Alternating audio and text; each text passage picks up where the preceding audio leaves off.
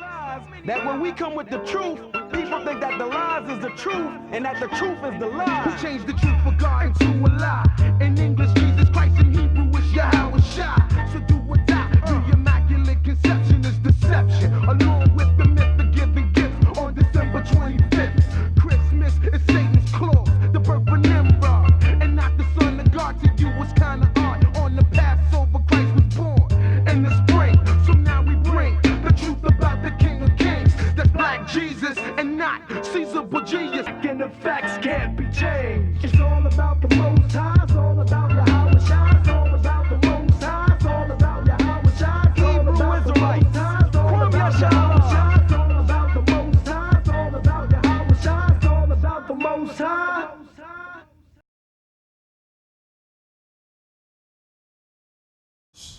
Shalom Israel. Shalom.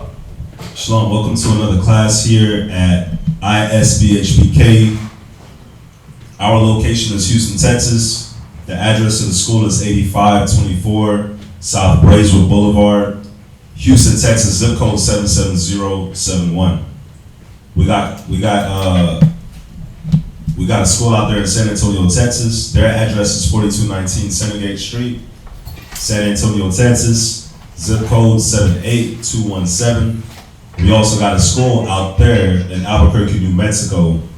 School address out there is 7710 Manuel Boulevard, Albuquerque, New Mexico, zip code 87110. Also, we got a school that'll be opening up pretty soon in Virginia with Kazaki and the brothers out there, so stay tuned for that. But here in Houston, our class schedule is Mondays and Wednesdays from 7 to 10 p.m., Friday from 6 to 9 p.m., and Shabbat, Saturday morning class is from 10 a.m. to 2 p.m. And here in Houston, if you'd like, you can always like, share, subscribe to our ISBHPK channel. We have plenty of classes. Where you're watching class live right now, we ask that you like, share, and subscribe, get the class out, get that channel out. And also in San Antonio, Texas, you have ISBHPK San Antonio on YouTube. Again, you got ISBHPK San Antonio also on YouTube. We ask that you like, share, and subscribe, and get them out there as well. In Albuquerque, New Mexico, you got the brother Mashaba. He does the Blog Talk Radio, and it's every Tuesday and Thursday, and it starts at 9:30 a.m. Again, you got the brother Mashaba. He does the Blog Talk Radio, and it's from Tuesdays and Thursdays, starting at 9:30 a.m. We ask that you go ahead, like, share, and subscribe, and get that podcast out there as well. Way better podcast than Joe Budden or any other podcast that they got out there. The Breakfast Club, all that garbageness. So we ask that you like, share, subscribe. ISBHPK Houston, ISBHPK San Antonio, and the Blog Talk Radio being broadcast live out of Albuquerque, New Mexico. And here in Houston, we got the kids class at ISBHPK Kids, and it's on YouTube. We got plenty of classes on the ISBHPK Kids YouTube channel, so go ahead, like, share, subscribe, get that out as well. And we got the cable show, which got moved to Saturday. It's going to start at 8 p.m. And it's Comcast Local Channel 17. If you're not in the Houston area, you can stream it on HMS. You can stream it live on hmstv.org. And to reach the priest, we got Priest Quatzazab. His number is 303-557-8979. Again, we got Priest Quatzazab. His number is 303-557-8979. And he's right here on to my right. We ask that you text only during class. We got Priest Kazakia. His number is 281-707-2737. Again, we ask that you text only during class as well. If you'd like to email us, it's isbhpk@isbhpk.org. And we got Israel Wear, accepting orders for garments, headbands, tunics, fringe shirts, fringe pants, whole garments, whatever you might need. It's on Israel Wear, so if you're on Facebook, go ahead and you can send an order on Israel Wear. And for any donations, any contributions you'd like to contribute to the school, the Wells Fargo account number is on the screen. The Google Wallet account number is also on the screen. If you would like to send in a donation to help with the school rent, the school bills, anything like that, any monetary donation, or if you'd like to contribute by sending books, pads, papers, apocryphas, Bibles, whatever it may be, you can send it to any of the school addresses. And we'll have the school address for the Virginia location coming soon. So if you'd like to send Bibles, apocryphas, books, pads, pens, papers, ram's horns, Torahs, Zondermans, whatever it might be, so that that school may be fully furnished and ready to go. You'd like to put your brick in, all you gotta do is contact us or send it to any of the school locations. And with that, we're gonna go ahead and open it up for questions in class and questions online. If anybody got any questions, you can ask now. How's everybody feeling? Wow. Time. Pretty good, like you should. Right? Y'all got any questions? Or any, y'all want to testify about how good Jesus has been to you? Kind. That's everything. Right? We breathing. Huh? We are breathing. We can wait and see what they got online. If y'all studying there, y'all should have a few at least, but gotta write them down, Tremaine. Yeah. Gotta write it. What were you reading? I be trying to keep my foot Man, but I was jumping around. I forgot where I was. That's what I'm trying to figure. Yeah. I was in let's see. Okay, run it down. It's all good.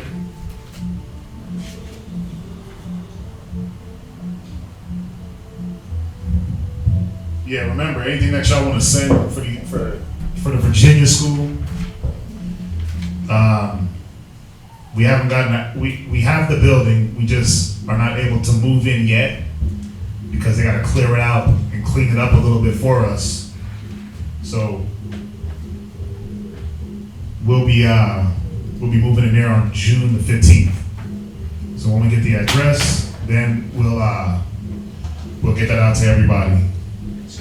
But if you're out in Virginia, I mean, brothers is ready to start class, so Kazakia is ready. Does anybody know where I can buy or find a Spanish Bible with the Apocrypha? Truthfully, I haven't seen a Spanish Bible with the Apocrypha in it.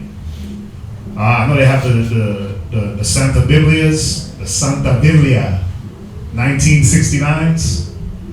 I know a lot of Spanish-speaking brothers and sisters use those, but I haven't seen a Spanish-speaking Bible that has the Apocrypha or a Spanish 6011 Bible with the Apocrypha. You might have to get them separate.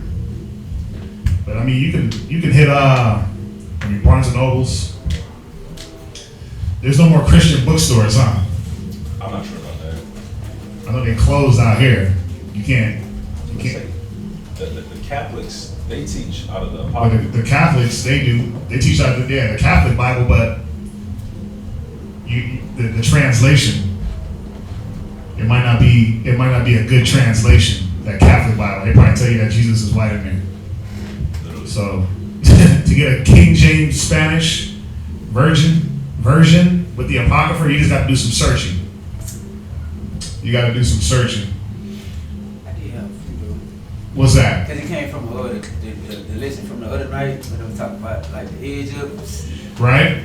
and all that, we getting involved. Come on, Right. Bring it out. That I was waiting for him to. I know he was watching. Oh, yeah. What's up? So when we talk about the razor, Right? it talks about like in First Samuel 21-13. Right? Let's go there. 1 Samuel. I went ahead and read a lot of precepts just about the beard alone. 1 Samuel what? 21-13. Right. 21. Read it. So what's the question though? So we can know what the question is. Well, my question was why do they? A lot of people like to say that like putting a razor upon a beard or freshening yourself up was a bad thing. And in this case, it shows like how when the king went away, that when the king went away for a time, like the dude, when he came back, the guy didn't, it was specific about the guy not grooming his beard. Right. So, but this story wasn't specific to say a razor or not. True enough. So, go ahead. I'm sorry. That's my fault. Go ahead. But there's other places in the Bible too where it talks about a barber's razor. Like the only time it was very specific about not putting a razor to your head was when you took the vow of the Nazarite. Right. But other than that, so that's still showing you that, you know, at some points we did use the razor upon our head, not just for shaving ourselves for uncleanness, but right. barber's razor. Well, what I brought out in that, when I brought out during that Sabbath class, that there was two different things I was showing about a razor and a shave. That's why I talked about the edge up in one part and then waited because it was talking about So, but the edge up. See the edge up. Go back to Leviticus real quick. Go back to Leviticus. Leviticus 19. Right? 1927. Leviticus 19:27.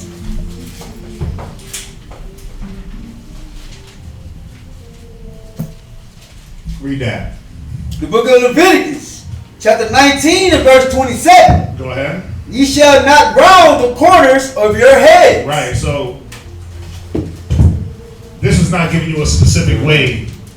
It's not saying shave or round or razor. Right. It's just telling you what not to do.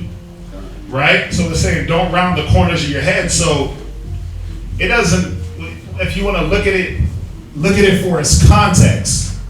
It's not telling you don't use a razor. This ain't got nothing to do with a razor or some edgers or some shears or even some scissors. It got nothing to do with that. What this has to do with is when you go into the backstory of why he told us not to do it, right? Which is what I brought out from the, and I can go back there, the McClintock Encyclopedia. Now check this out. Read where you at again? The book of Leviticus, chapter 19 and verse 27. Uh-huh. Ye shall not round the corners of your head. Right, so you said don't round the corners of your head. Now check this out. Right back in the McClintock and Strong Encyclopedia, under hair. When you look up hair, it says clipping, and it says clipping. The only way you can clip is with scissors, right? Clip, right? Okay. Right, so it's telling you clipping the hair in a certain manner. That was the main thing. It was the way it was cut. Right? It wasn't the fact that it was cut or shaved or even groomed, because when you read that story in Samuel, very familiar with it, yeah, he didn't groom his beard. Then when he was going to be presented before the king, he groomed up, right? Now, there was still a way we groomed ourselves. It says clipping the hair in a certain manner and offering the locks was in early times connected with religious worship. So we got to go back to the inception of why did the Most High tell us not to do this? Go ahead. Two points on the same thing on the same subject. Mm-hmm. The first one was with the rounding of the heads, because I even bring it out to my clients before I cut their hair, and then but if they still choose to I want a bald fade or whatever, because I show them, because the only time our heads are rounded is like when we bald it out. That's the only time you actually see the roundness of your heads, like the corners, like the front and back of your head. Because other than that, it's still like my head. It's like a block when you got the hair or whatever, or it's just poofed up. Right. But when the closer you get to it, to the scalp, or you bald in the side, that's when you're rounding your head. Not saying that that's bad for his Bible, but I'm just saying that's the only time we actually see the roundness when we, take the hair from our heads. Well, right. This is the thing. It tells us when you look it up. That's why That's why this definition of hair is so on point, because it tells you where the hair is taken from. It tells you why they did it. And then because when you look at this scripture, Leviticus 19 and 26, or 27, and then it runs right in with 28. Now, if you go back and watch that video, the reason why I brought it out in the order that I did, showing that the Egyptians, they were bald. They cut all their hair off. So it couldn't be a law. Remember, the law was given to us two things: to clean us up from the Egyptians, and then prep us for the future, because we were going to go into this land of Canaan right? And what we were going to see. We were going to see all their abominations, all the different things that they were doing. So it was two things: clean us up from Egypt and then prep our minds to not follow after Canaan. This is what the Canaanites were doing. This is what the Arabians were doing. They were rounding the corner. So this is one of the laws that when you look, you're like, wait a minute.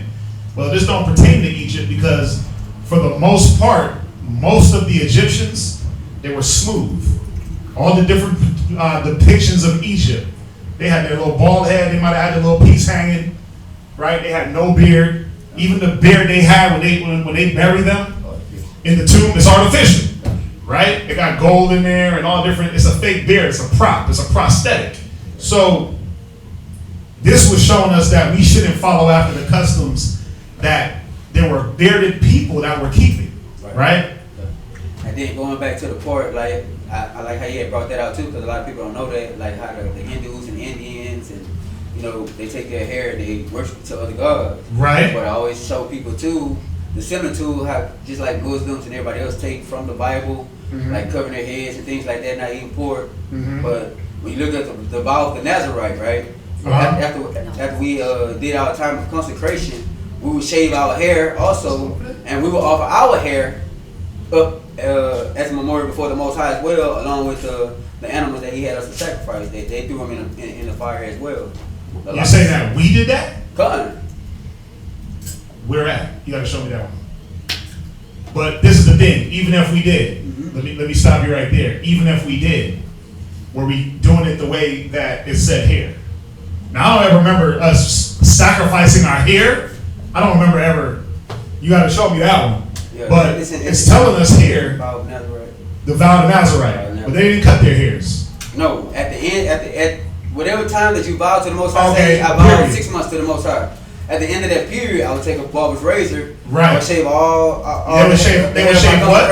The hair of my consecration. They would shave part of it or all of it? All of it. Right. You see, there's a difference. This was part of the hair. Concert. Right. So there's a difference where it's just like if someone died, we know that to show that mourning, what do? We ball it off. We shaved off our hair, right? Now, except for the sister. Huh? Except for the sister, if she. Well, I'm talking about a brother. I'm talking about the man. We shaved our hair. Yes, sir. But if we just shaved off the sides, are we keeping that custom the right way? No, because we're supposed to take off all the hair. We're supposed to take off all the hair. You can't say, well, everybody in the Bible balded their hair off or cut their hair, shaved it all the way, all of it, and then now I'm going to change the custom and just do the sides because that's how I feel like doing the custom. It can't work like that because now you're doing a different custom. Now we're understanding what custom it was. It wasn't our custom to shave or clip or round the corners. Now you say, well, you only see it if it's bald. Well, not really, because a cat that gets they get, cats that fades and all that. A one all over. That's still like a pretty low, but. Well, a one all over, that's what I used to do. Yeah, you can see. That's what I'm at right now. Right. That's what I'm at right now, is a one all over. A 3-eye. Or even 3/4, whatever. Just the lowest so that my hair is even, but it's not. I mean, nothing grows. But the point is, all this other stuff grows. But now, if I wanted to start shaving the sides in a certain way, now what am I doing? I'm not doing any Israelite custom that's written, that vow to Nazarite, that's different. They'll cut all their hair off. Remember, it's just like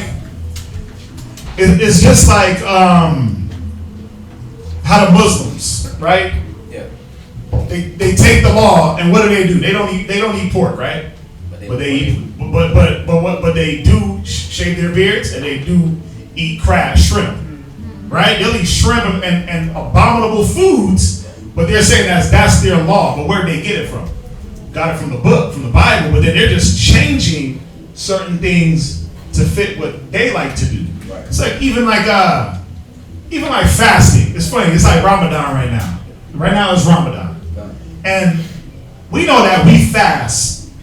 When we do fast, it's to afflict our spirit, put everything in check. What do the Muslims do? What are they all doing over there right now in Saudi Arabia? It's nighttime over there, by the way, or about to be morning. They sleep throughout the whole day while they're supposed to be fasting. They wake up at night when it's time to eat. What the hell is that doing?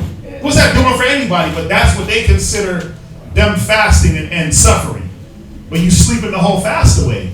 So it's like you take away the validity of what we do by adding little things to it or taking away little things. And you just gotta see. Listen, remember, it ain't no knock on anybody for their profession, but the law, the word is the word. Right. What we're supposed to rehearse as Israelites, there's a reason why the Most High said do this and don't do that. Remember, the scriptures say abstain from all appearances of evil. Right. So if I see here where it says don't round the corners, then I go into the history and look, well, who was rounding the corners? Well, obviously it was a bearded nation, right? And what they were doing was cutting off the sides around, right? And just having it was rounded. They just left some hair. They balled it off the sides or shaved it, or it said clipped. Clip. Because they didn't have shavers back then. They were using she shells. Yeah, they used rocks. They were using rocks. But even that, when you go back, when you read down into verse 28, those two verses run congruent. They run consecutive. It's telling you one idea in two different verses, because when they use those rocks, when they use those she shells, when they use these different instruments to shave, what was it doing? It was ripping up their hair. They were literally marring themselves by doing that. Because now somebody dies, well, I'm not gonna wait to get the razor, I'm not gonna wait to get the proper utensil.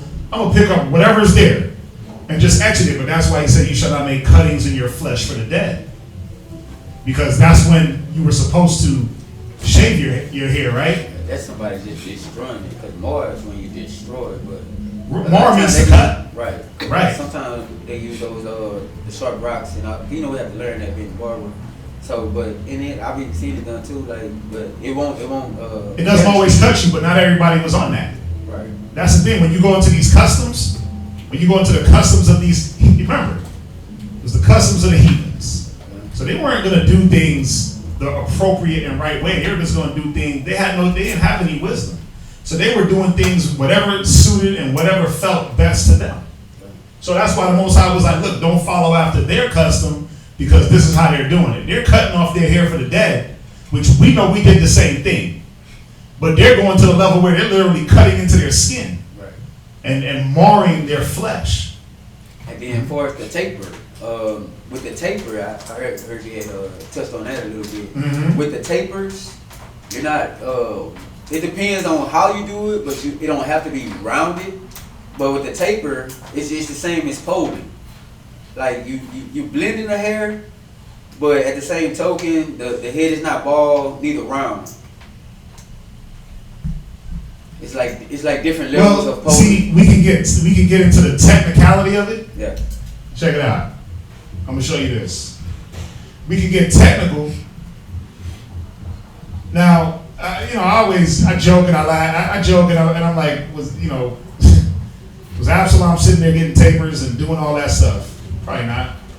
He pulled his hair. When you go into polling, right? Polling and shave was two different things. Right. Polling more like shaving. Polling is clipping. They were clipping the hair.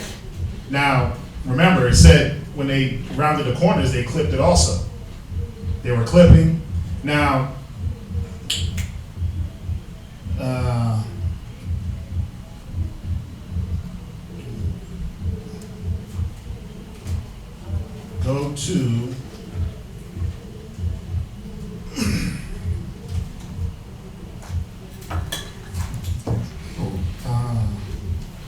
go to James 4:17 and go to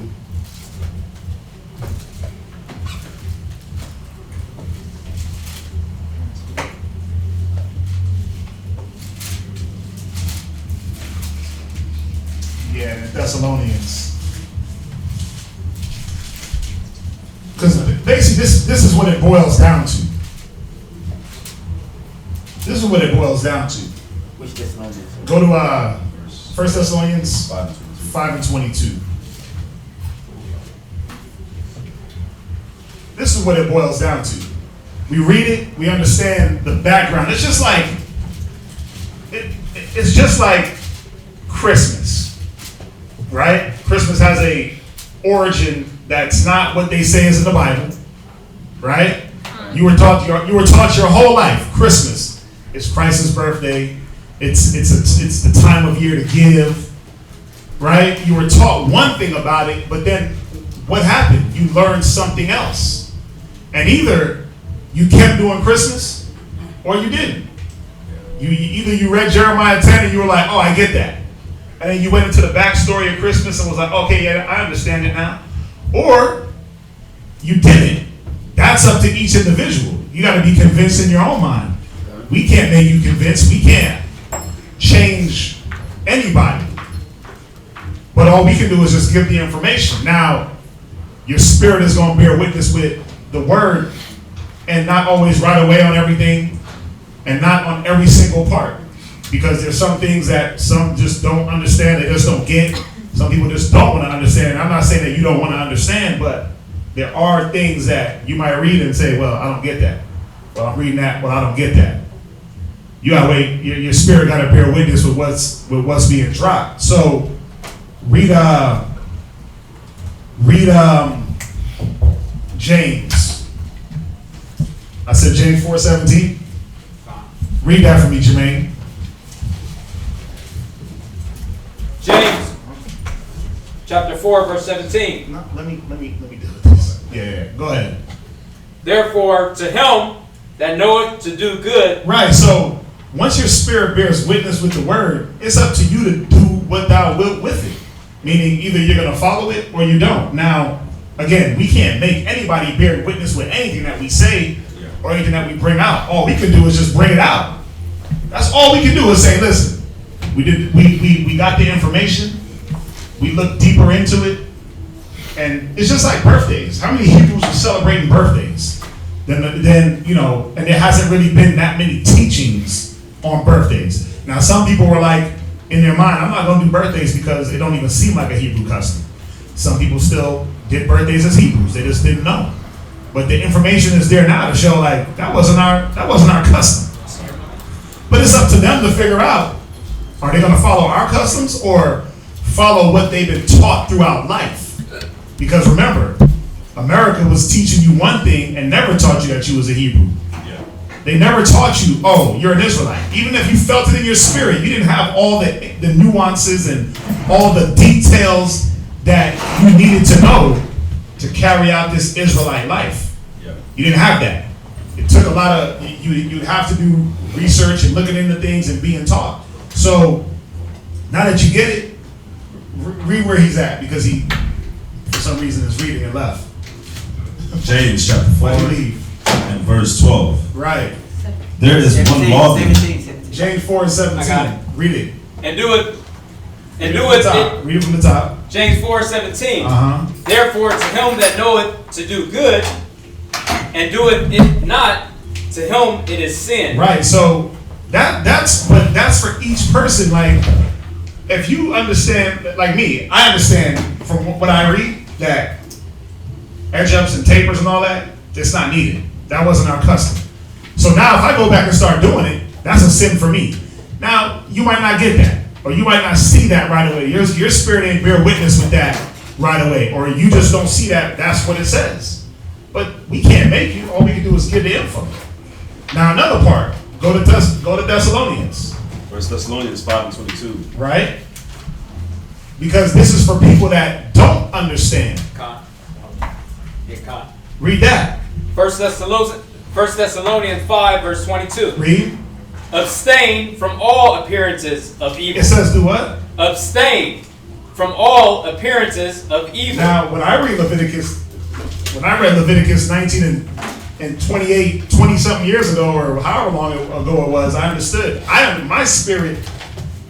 The spirit in me was like, oh, I get that. That's edge ups. I understand what that's saying. So now you're not gonna see me come back and go do it, because why? I gotta, me personally, I'm talking about me personally. I'm talking about nobody else. Gotta abstain from all appearances of evil. Because my spirit is telling me that not to do it. According to the word, according to history, according to our customs and what we did. So, abstain from all appearances of evil, that's me. Now again, your spirit may not bear witness with what we're bringing out, but We're not here to make or force you. It's just your spirit don't bear witness to that.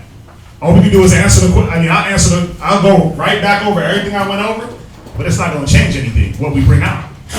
Now, the technicalities of it, like a taper or what's this or what's that, you can get technical, but the scriptures still stand on what it is. You see what I'm saying? We can get technical on everything and say, well, why do we got to do that? Why do we got to do this? Just like all the Hebrews do online. Well, technically, we're not in our land, so why do we got to celebrate holidays? Technically, you know what I'm saying, the fringes ain't, if you get technical with everything, we'd be back right in the world, doing what the world wants us to do. If it was about the technicality, I'm just dealing with the word and the information. So, again, we're not here to force you to believe what this says or what the information, you know, in the encyclopedia that backs this up. We're not trying to force it. We just bring it out, and then whoever's spirit bears witness to that, they follow it. That's really what it is. It's like you got sisters that don't understand why they got to cover their head. They don't get that. You got sisters that will battle that. Are we going to smack them in the head with a head wrap? Nah. We just going to let their spirit, give them time for their spirit to bear witness, and if they get it, they get it. But then after a while, they have to bear witness to why it's important. You see what I'm saying? You got to say something. Yeah, the only thing I was showing where when they was like round, like I said, rounding the head, right, rounding the corners, that's balding. You know, grooming, because it's not specific about grooming, but we know it's talking about not rounding nor marring, which is destroying, or like we talk about like the right, of the flesh and all that, or the marring of the beard, the destroying of it. That's where, you know, the hair is not going to grow back. But for the grooming, I mean, because we was a clean people in Israel, and we groomed ourselves because, like, just like we see people with locks, like how our brother Lamar gets his locks, and he keeps them neat. But then you also have the reverse end of that by not doing it or not grooming yourself, and the differences in how that looks. So it's kind of like the same with holding your heads and shaping yourself up. It's all like in the way or how you do it or what fashion you're doing it. Which one way it can be sinful, and the other way it can be. And that's the point right here. Go back to Leviticus 19:28. Read it one more time. I think that's you. I mean, you just said it. It's the way you do it. But that's why it says abstain from all appearances of evil. It's the way something appears. Right. Now read that one more time. Leviticus 19:28, 27. Call Leviticus chapter 19, verse 27. Ye shall not round the corners of your heads. Right, now stop right there. Does it say how to do it? Right. That's why the scriptures come back and say abstain from all appearance of evil.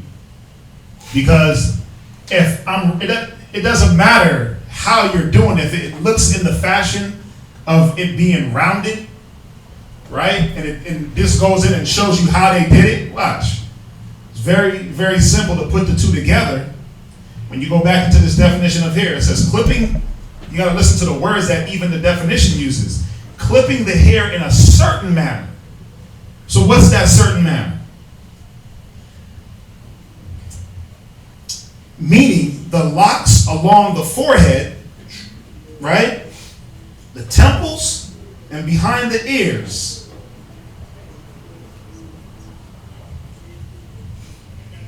This tonsure is described. Where is it at?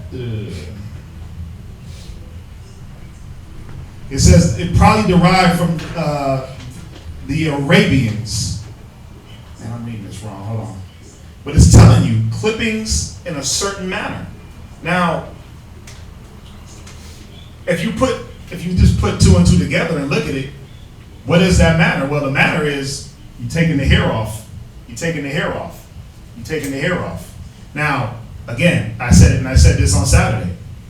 We know brothers ain't sitting down talking about let's offer your hair up to buckets. We know that. Because guess what? Half of y'all don't even know what the edge up came from, but we just found out where it came from. When you was doing Christmas and you was offering your gifts to that tree, nobody knew what you was offering to, but guess what? When we go into the research, we found out. When you celebrated 4th of July, half of y'all didn't even know that we were still slaves during that time, but guess what?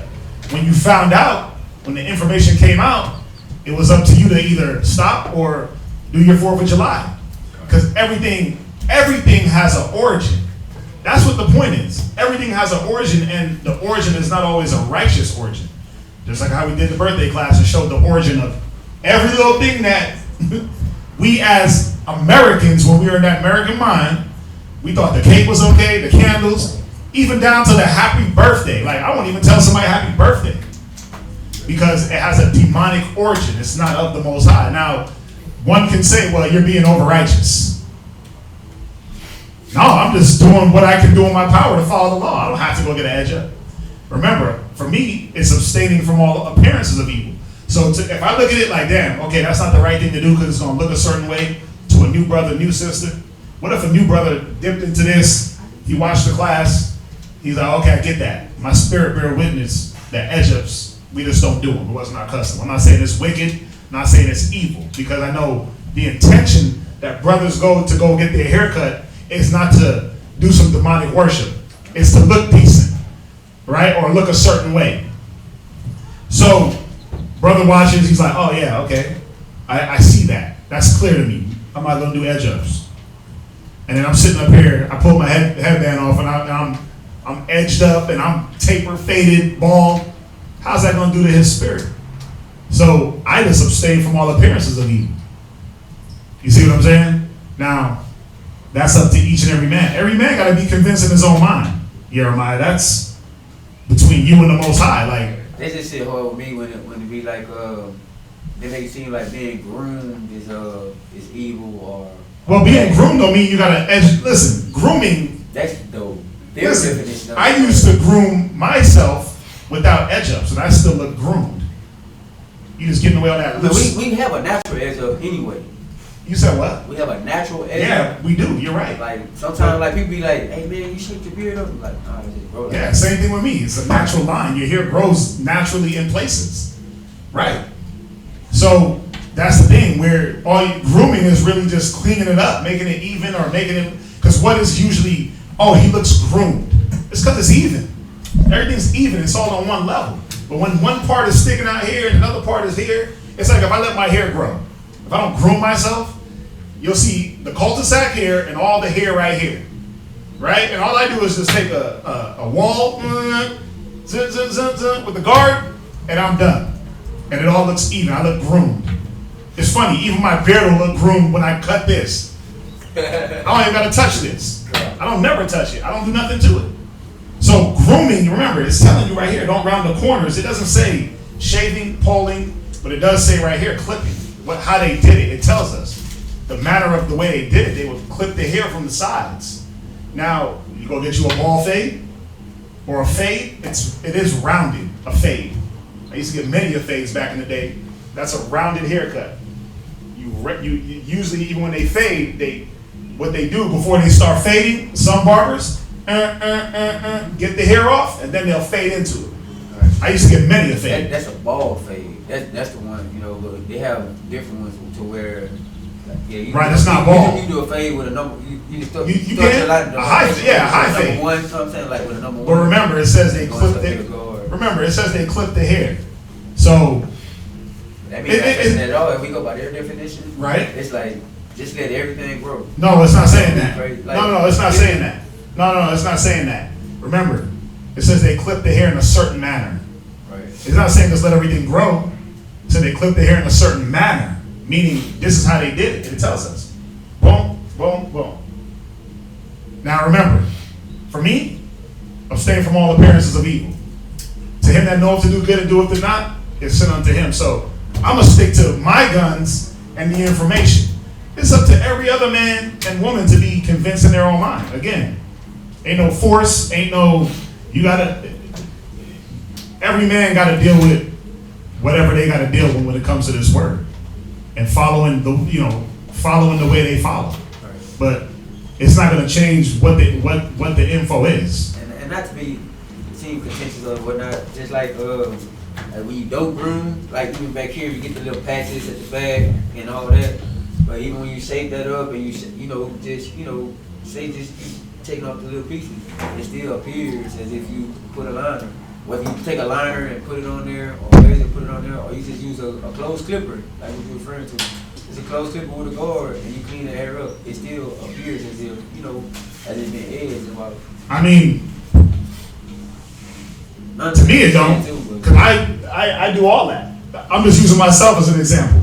I don't edge anything. I do all that. I just get it on the low and just boom, it cleans up all the little loose hair, right? It ain't there. It cleans it up. In a week, it'll be all there. Just clean it all up. Boom. That hair is just little baby hairs anyway that don't really do nothing. All the hairs on your neck. I do all that. I don't have to edge it up to do that. I just everything one even level.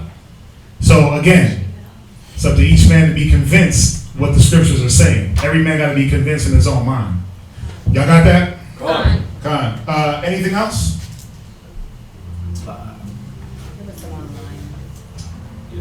What they got online? He said, is this talking about our captivity, current captivity? That was from Brother Mustafa. So Isaiah chapter 22, we're going to read verse 17 and verse 18.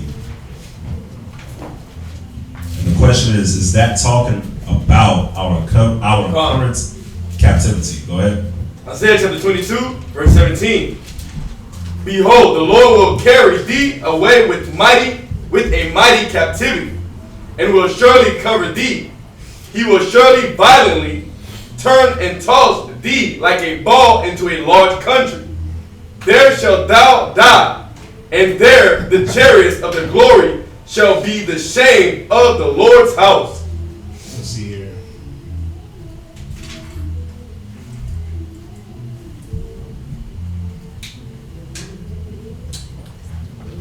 You can tell it's not going to keep reading.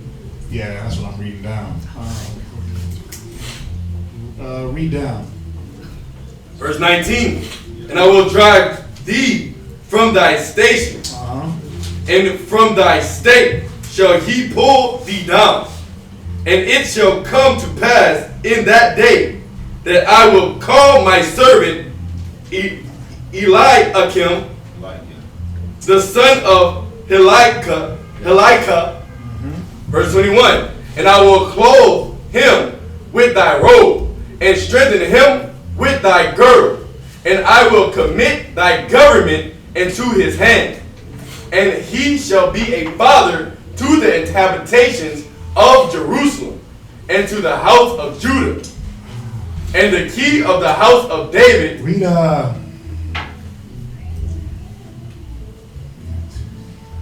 read up, man.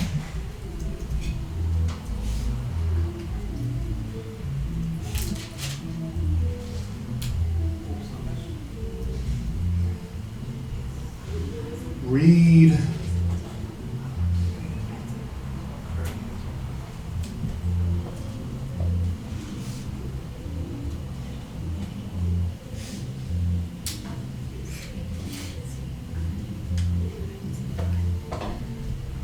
Let me let's see here.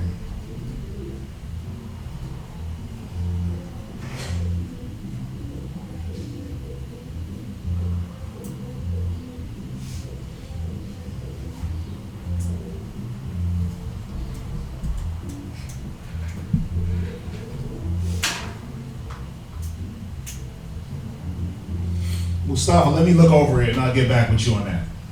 I don't want to just throw something out there. Let me look over that. I'll get back with you on that one. So, can you just write that down for me? What is it? Isaiah 22, 17 and 18. 16 and 17?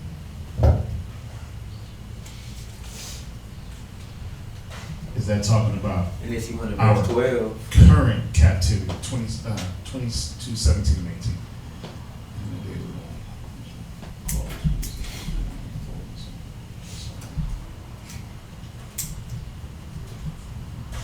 Let me come back on that.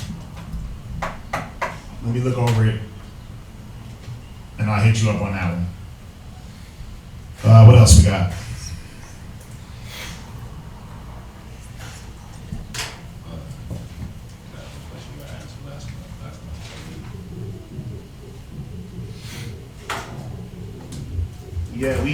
Does anyone know where I can buy? Where it's hard to find. Yeah, we answered that. We answered that Sabbath class, right? When you understand Proverbs 20 and 24, men's goings are of the Most High, and someone is chasing after his own lust on homosexuality. Is that of God? No. You just said it. He's chasing his own lust. A man's goings are of the Lord is talking about a righteous man. Because he's guided by the law. We went over that on a Sabbath class. Wow. Go back to James real quick. You know, when you read James, it tells you that if you're chasing your own lust, then what are you following? Right. Yeah, your own heart. Following your own heart. Following yourself. Go check it out. Go to Psalms 37:23 and then go to the scripture that they wanted. What was it? Proverbs 20 and 24. Somebody read that. You said 37 and 23? Yeah, and then Psalms 37:23. Proverbs 20, verse 24. Read that. Man's goings are of the Most High. Right, but what man's goings? Read Psalms 37 and verse 23. The book of Psalms, chapter 37 and verse 23. Read. The steps of a good man. The steps of a what? A good man. Read. Are ordered by the Most High. Right. It said the steps of a good man are ordered by the Most High. So a person that's diving into wickedness, they're not ordered by the Most High. Go to Psalms 85 and 13. Psalm chapter 85, verse 13. Read that. Righteousness shall go before him. It shall do what? Go before him. Read. And shall set us in the way of his steps. Right. It says righteousness shall go before him and set us in the way of his steps. So this is talking about a righteous man's footsteps in Proverbs. How do we know? Because a man that's chasing his own lust is chasing his own lust. He's walking according to his own mind. Go to James 1 and verse 12. The book of James, chapter 1 and verse 12. Blessed is the man that endureth temptation, for when he is tried, he shall receive the crown of life. He shall what? Receive the crown of life. Right, he shall receive the crown of life. Go ahead. Which the Most High had promised to them that love him. Right, now read on, verse 13. Let no man say when he is tempted. Or when he's getting ready to walk outside of the footsteps of the Most High. Go ahead. I am tempted of Yah. I'm walking outside the commandments because of the Most High. My footsteps are guided this way because of the Most High. It said, let no man say when he is tempted, I'm tempted of the Most High. Meaning you can't say that when you're getting ready to step off that was the Most High that did that. No, that was you. Read. For Yahweh cannot be tempted with evil. Yeah, the Most High is not going to tempt you with evil. He's not going to dangle. You got a lust problem, right? You got a lust problem with women. It's not the Most High that's dangling the scantily clad chicks in front of you. They're already there. Now, if you go chase that, that's up to you. The Most High is not dangling the blunt in front of you. Right. It's already there. You should have deleted the wee man's number. He's not doing these things. That's you. You're the one that picked up the phone, made the call, meet me over here, went, got the swisher, split the Dutch, cleaned it out, right? All these things where you could have said, you know what? Most High don't want me to do this. But you followed all the steps into wickedness. The same way you follow steps of righteousness. You come, you get class, you learn, oh, fringes. Oh, okay, boom.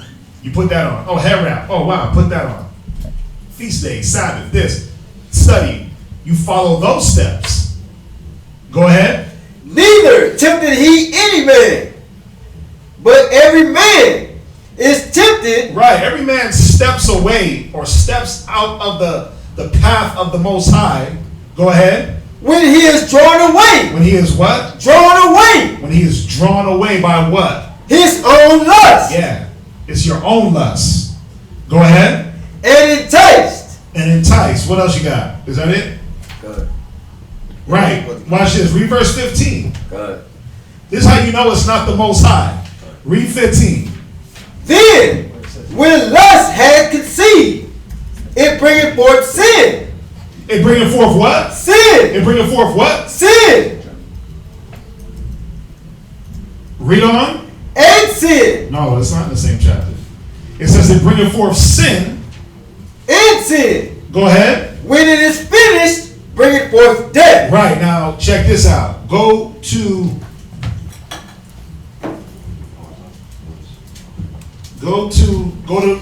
Wisdom of Solomon 1 and verse 13. Go to Wisdom of Solomon 1 and verse 13. Wisdom of Solomon 1 verse 13. That's the one that I wanted. Read. For the Most High made not death. He did what? Made not death. See, the Most High didn't make death. Where does the death come from? Sin. It comes from the sin. So if the Most High didn't make death, why is he gonna be the one that leads you to it? Doesn't make sense, right? That's right. Go ahead, read on. For the Most High made not death. That's the one I wanted. Go ahead, read. Neither hath he pleasure in the destruction of the living. He said, neither has he the pleasure in the destruction of the living. Go ahead. For he created all things. That they might have their being. That they might have their what? Their being. Read on. And the generations of the world were healthful. And there is no poison of destruction in them. Go ahead. Nor the kingdom of death upon the earth. Read verse 15. For righteousness is immortal. See, righteousness is immortal. The Most High wants you to walk righteously. That's right. Not in sin. Not in trying to chase homosexuality, drugs, whatever it is that's not of the wisdom, not of the book. He don't want you chasing that because that's where the death comes from. Read on. Read verse 16. But ungodly men with their works. But wait, what type of men? Ungodly men. See, it was ungodly men, meaning men whose footsteps weren't guided by the wisdom, knowledge, and understanding of the Most High. That's right. Ungodly men with their words, come on. And words called it to them. They did what? Called it to them. They called it to them. Read. For when they thought to have it their friend, they consumed to naught. Right. Go to Ecclesiastes 15. What? Oh, it's right here. It's in Ecclesiastes 15. Ecclesiastes 15. Start at verse 11. Come on, Ecclesiastes chapter 15, verse 11. Go ahead, read. Say not thou, it is through the Lord that I fell away. For thou oughtest not to do the things that he hated. You see that? It says, say not thou, it is through the Lord that I fell away. You can't say that the Most High walked you into death. He walked you into sin. Oh, it's the Most High's fault that I'm out here strung out on drugs, or I'm out here being a whoremonger, or I'm out here sinning. It's not the Most High's fault. That's right. He gave you the wisdom on how not to do it. He said,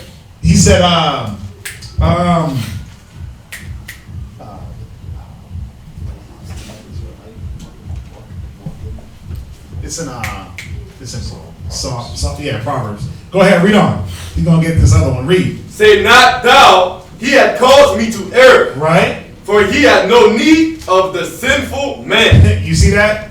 So why would the Most High lead you into death or negative? He ain't got no need for the sinful man. He don't have no need for a man that's walking to his literal death. You got to see it. Say he didn't create death. So he has no need for a man that's walking to his death. Go ahead. Come. The Lord hated all abomination. He does what? Hated all abomination, and they that fear God love it not. Hold that for me. Read on. Verse 14. He himself made man from the beginning and left him in the hands of his counsel. Right. You got left to choose which way you were gonna go. He left you in the hand of your counsel. Meaning, choose you this day, life or death. Read. Come. Verse 15. If thou wilt to keep the commandments. If thou wilt to do what? Keep the commandments. So you had a choice. See, here's your free will. You had a choice how you wanted your steps to be guided. Go ahead. And to perform acceptable faithfulness. Right, because there was unacceptable faithfulness. There was unacceptable works that you could do.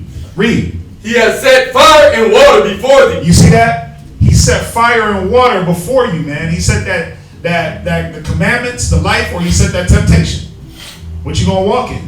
It was your choice. So when it says a good man, a righteous man's steps are guided, yeah, he's guided because he's walking in the wisdom. We're gonna get some more on it. Read on. Stretch forth thy hand unto whether thou wilt. Before man is life and death, and whether him liketh shall be given him. Yeah, you see that? Before you is life or death, the commandments or the world, the wisdom or the world. He says, stretch forth your hand to whatever one you like. And guess what? He gonna give you whatever one you want. That's why it says in Genesis, if you do well, then good will happen. But if you do, if you want to do bad, then sin lies at the door. He said, if you do good, if you do well, will you not be accepted? Right? He told that to Cain, if thou doest well, will that not be accepted? Read on. For the wisdom of the Lord is great, and he is mighty in power. Read. And beholdeth all things. Read. And his eyes are upon them that fear him. Right, come on. And he knoweth every work of man. Here's the kicker, verse 20, read. He hath commanded no man to do wickedly. You see that? He has not commanded any man to do wickedly. It's not his fault that you went off. It ain't the Most High. We can't blame him. The wisdom is there. Read. Neither hath he given any man license to sin. You see that? He hasn't given any man license to sin. Go to Baruch 4:1. Go to Baruch 4:1. Good. The book of Baruch, chapter 4 and verse 1. Go ahead. This is the book of the commandments of God. Read. And the law that endured forever. So here is the wisdom that endures forever. It's right here in front of us. Read on. All they that keep it shall come to life. See, here's that choice of life and death. You keep the commandments. You let your footsteps be guided by the Most High. You'll come to life. Go ahead.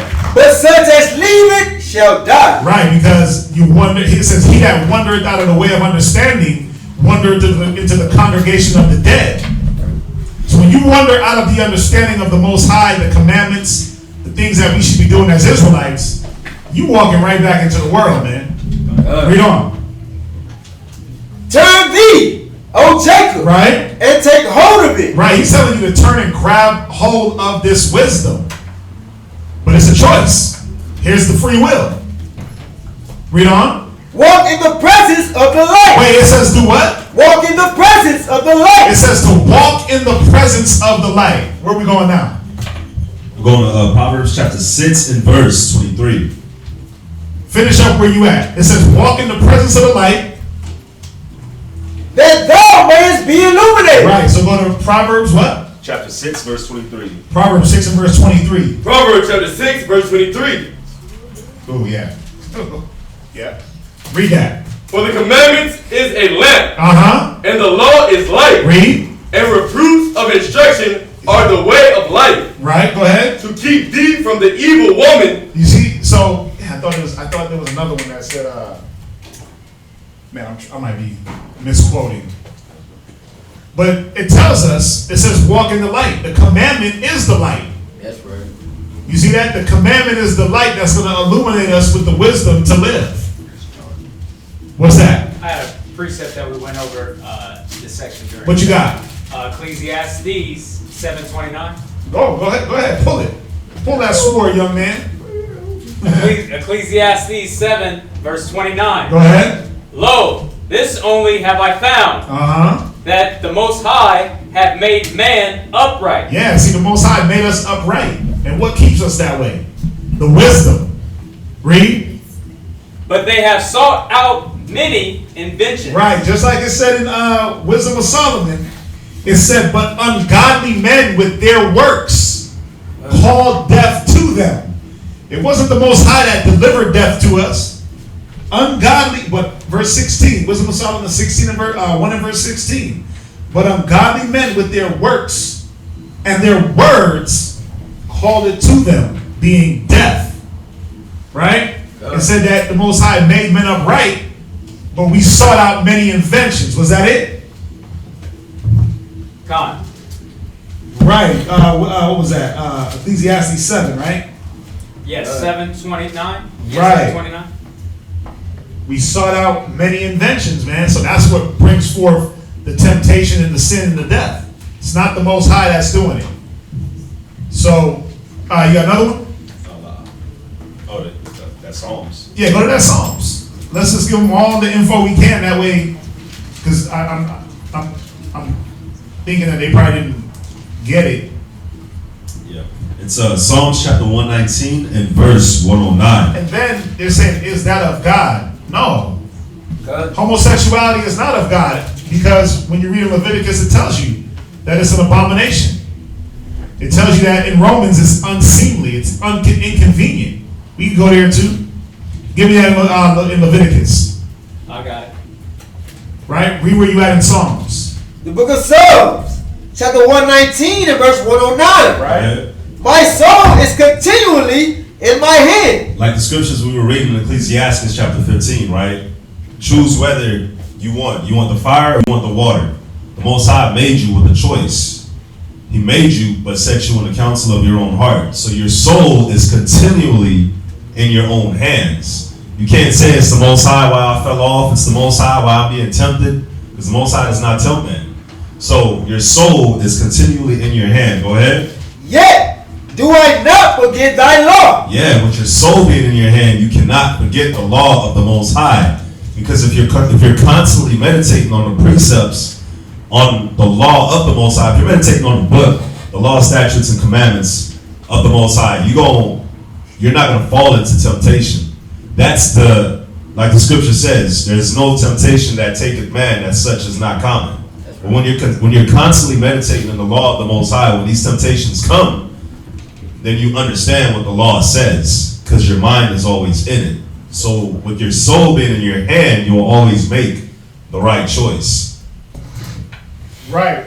Now go to where you at. Leviticus chapter 18, verse 22. Uh-huh. Thou shalt not lie with mankind as with womankind. Right. Thou shalt what? Not lie with mankind as with womankind. Go ahead. It is abomination. Right, so it's an abomination. The Most High is not with that. Let's see here, because I've heard from a camp that it is of the Most High being a homosexual. Wow. I wonder what camp is that. I think they talked about Roman 1. Turn them over to a reprobate mind or give them to them violent fish. No, because even Romans 1, when you read Romans, the first chapter, they were already doing this, and then the Most High gave them over to the reprobate mind. That was the end result.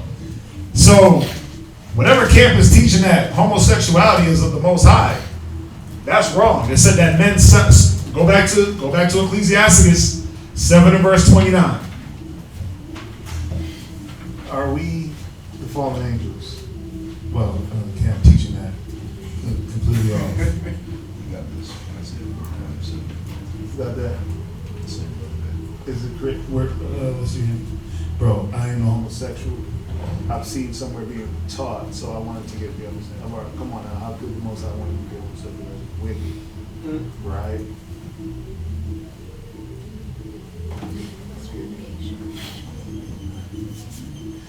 Let me just catch up on some of these. I've seen an Israelite camp saying it and pull out Isaiah 45:7 and say it's created by the Most High. I ain't saying the name just in case you're wondering. What does it say?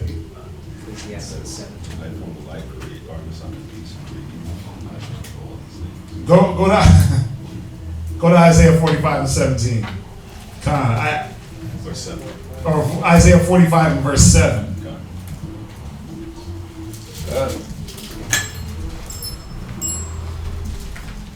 The book of Isaiah, chapter 45 and verse 7. Right. I form the light and create darkness. Right. Go ahead. I make peace and create evil. Right. So when it's talking about the Most High creating evil, it's you know, when you go into the Apocrypha, you go into Ecclesiastes, the 39th, 38th, 39th chapter. Yeah, he's talking about the evil for vengeance, but he didn't create homosexuality. See, they gave you that scripture wrong, or they use it in the wrong context. He didn't create homosexuality, because then it would be a total contradiction of Ecclesiastes 7 and verse 29, where he said he created man upright, but men sought out many inventions. Yeah, so that would be a clear contradiction of the scripture. So, yeah, the Most High does create evil. He creates Satan, or he created and controls Satan. Right? Amos, what is it? Amos 5? Amos chapter 3, verse 6. Verse 6, where he says, are you there? Read it. Amos chapter 3, verse 6. Shall the trumpet be blown in the city, and the people be not afraid? And the people be what? Not afraid. Because when that trumpet was blown, it was wartime. Read. Shall there be evil in the city, and the Lord hath not done it? Right. Shall there be evil in the city, and the Lord had not done it? Now, think about it. If that was talking about homosexuality, why did he destroy Sodom and Gomorrah? Wasn't that a city full of sodomites? Come on. So if he created that, why would he destroy it? He didn't create them to go in there and sleep with each other. So the evil that it's talking about is not that level of evil. When you go into Ecclesiastes 39 and verse 28, it says there be spirits that are created for vengeance. So he created these vengeful spirits, right? And it tells you what it is. Somebody get that for me. 38:29. 39:28.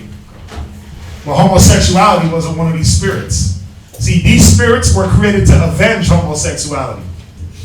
Like that fire, that brimstone, that hail, and that fire that landed in Sodom and Gomorrah.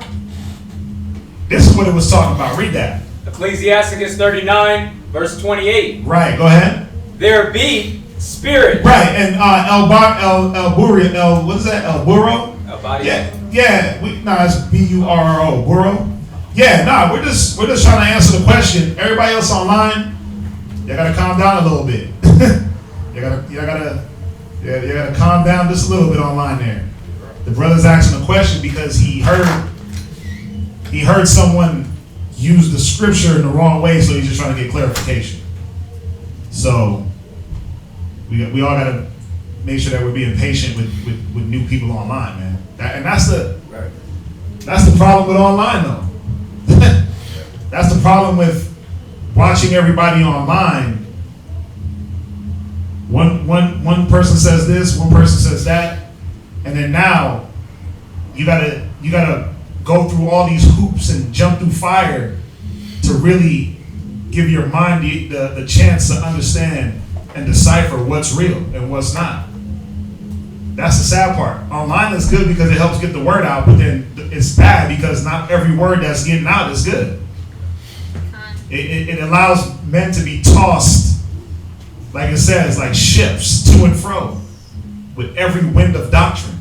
Now, obviously, this brother or sister is asking because they're trying to get what's correct. Let's see here. But I tell you, let me see here. Yeah, but I appreciate it.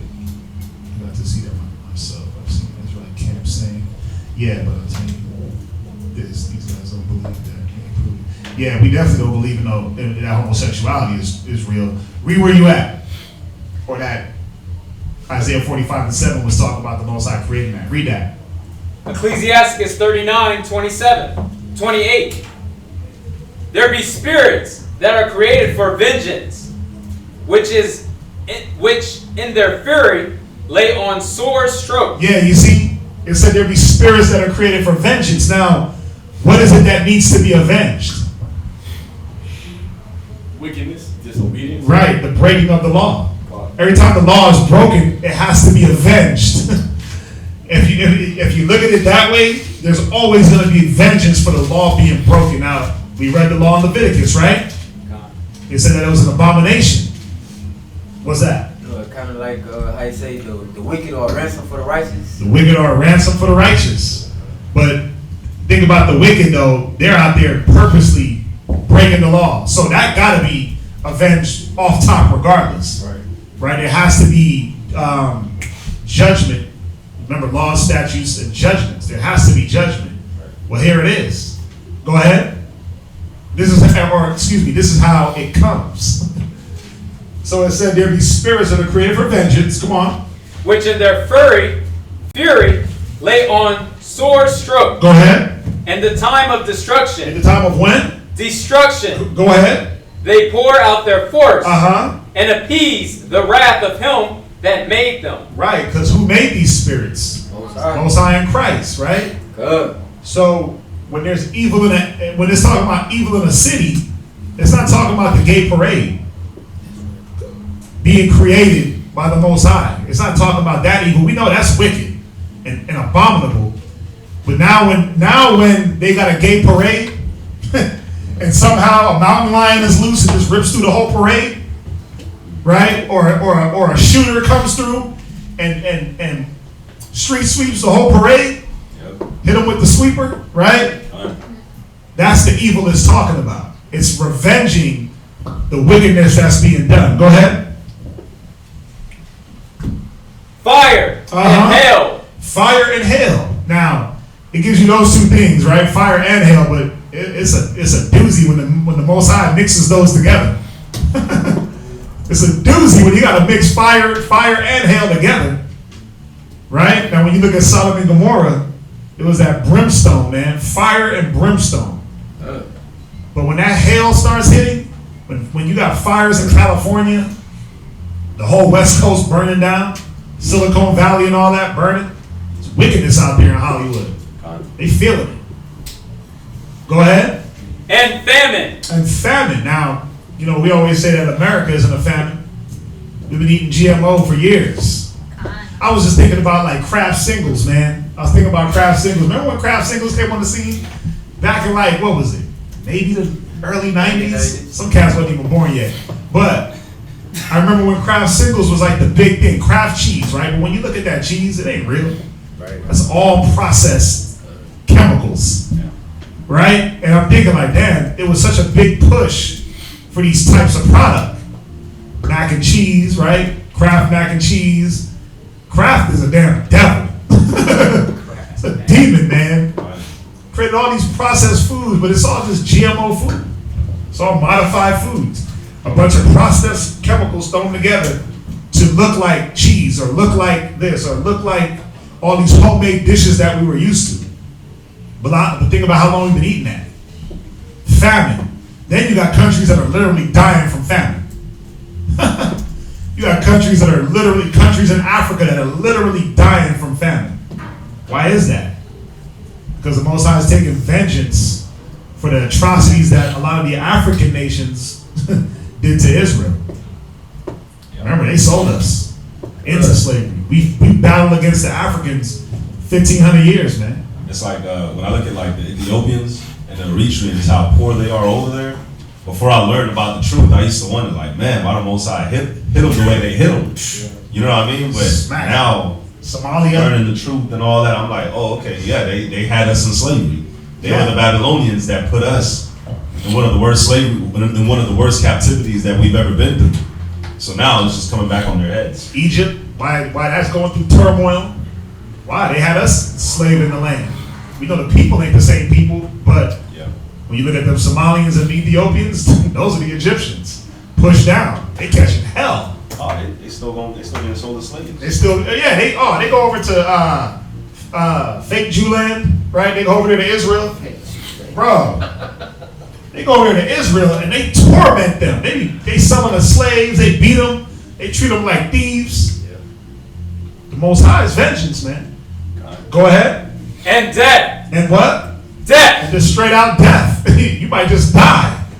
No matter how it comes, it's just straight death. Remember, the Most High said he didn't create that. The death comes through the vengeance. This is the evil it's talking about. Go ahead. All these were created for vengeance. They were created for what? Vengeance. Yeah, he said even death was created for vengeance. What is he avenging? The fact that we break the law. The fact that we go against his commandment. The fact that we don't follow him. Right? Go ahead.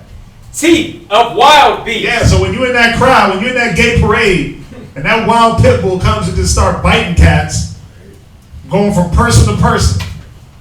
Teeth of wild beasts. I seen a mailman get attacked by a pit bull in Detroit. Man, I felt bad for that guy. I felt bad. That dog, listen, I've never seen an animal so relentless. This animal, man, this dog just would not stop. They had to beat the dog in the head with a hammer. They had to get a mallet, whacked him one time. Bah! He started moving around, dazed. He was so dazed, he started attacking the owner. The owner ran at the house like, what are you doing? Oh my God! Grabbed him by the leash, he started attacking the owner. The owner had to drop the leash and run back in the house. This dog had a spirit on him. Oh, man. This mailman was catching it. I mean, the dog started at his feet and was biting his leg off. Then he put his hand there and he just grabbed onto his hand. And all you hear is, oh God, oh my God, oh. That's all you heard. And the dog would not stop. Okay. Scripture on that. Yeah, what you got? Jermaine, who are you at? Somebody give me Wisdom of Solomon chapter 16, verse 24. Wisdom of Solomon chapter 16, verse 24. Perfect scripture to link to this point. Mm-hmm. Wisdom of Solomon chapter 16, verse 24. Go ahead. For the creature that serveth thee, who art the maker, increaseth his strength against the unrighteous for their punishment, and abideth his strength for the benefit of such as put their trust in thee. Read that again. Yeah, that's cold. God, for the creature that serveth thee. Yeah, you see, because these spirits, when he puts them on these animals, the creature, that animal is serving the Most High's the purpose. It said they will not stop until they appease him, appease the wrath of him that made them. So when he puts a spirit on a dog, man, a little 40-pound pit bull, and this guy, listen, this dog was worse than a lion. It was worse than a lion that had prey. This thing would not stop. Clamped on him and it was just shaking. How long was that video? Like 5 minutes of just constant shaking this dude to bits. I was like, wow. I felt so bad. What's that here, Ryan? I had seen a video, because I like watching when animals attack and stuff right. like that. So it had a trainer, like a lion, and the tamer, this lion was taking it that day. And he whipped the lion. But no matter who came around, the lion was only focused on that one guy. He'll get away, then the lion would just go back to that guy. And go straight. That spirit was on him. Just like I remember me and my son was riding the bike. We was riding our bikes the other day. I'd be taking the ride. And we're riding in our little complex, and the woman got out of her car. She's here, her gate is here, and this is the little alleyway you ride or you drive to get out. And we're riding. She gets out of her car, she goes to her gate. Her daughter is getting out of the car, so as we're coming up, her daughter's walking across. I can see them from far. Bro, she opened her gate. This big black female pit bull runs out. Tail raised, hair on the back raised. And I'm like, I said, so we both just stopped. And I'm like, listen, I ain't gonna lie. At first I got a little nervous and I was like, she ain't gonna do nothing to us. I said, no, just stand there. Don't try to run, don't do anything, just stand there. The dog is looking around like, who can I get? And the lady's like, well, she's not gonna bite you. And I'm like, well, she out here barking like she's about to. She's like, well, because she thinks you're gonna do something to my daughter. I said, exactly. The dog thinks we're gonna do something to the daughter. So she come out looking like, what y'all doing? Not realizing that we're just riding past the daughter. But now imagine if I was on something wicked. Well, that dog would have went right for my son. That dog would have went right for Noah. Or for me. She came up. She came to me first. I'm talking about aggressive. Ready to go. You know, I've had a few pit bulls in my life, so I know when they're ready. When they're startled or when they feel like a member of their family is in danger, they're not waiting for no orders, man. They attack. she was ready to attack, and I was just like, man, there be spirits that's created for vengeance. If I did something wicked and the Most High is ready to avenge, ain't nothing I can do. Good. But that wasn't the case that day. That spirit wasn't on that dog. But this mailman, I don't know what he did, man. 5 minutes of just, you already know, he went to the hospital, 1,000 stitches, arms and feet mangled. It was bad. Go ahead, jump back. Ecclesiastes chapter 39, verse 30. Teeth of wild beasts. Read. And scorpion. Right. Serpent. And the sword. And the what? The sword. Yeah, that modern day sword is that gun. So if a cat get blasted 1,000 times in the face, I mean, remember the scriptures do say who was innocent that perished. Who being innocent perished, or who perished being innocent, none. But man, when you go out a certain way, you get shot in the face, kicked. Ugh. Most High is avenging something that you did.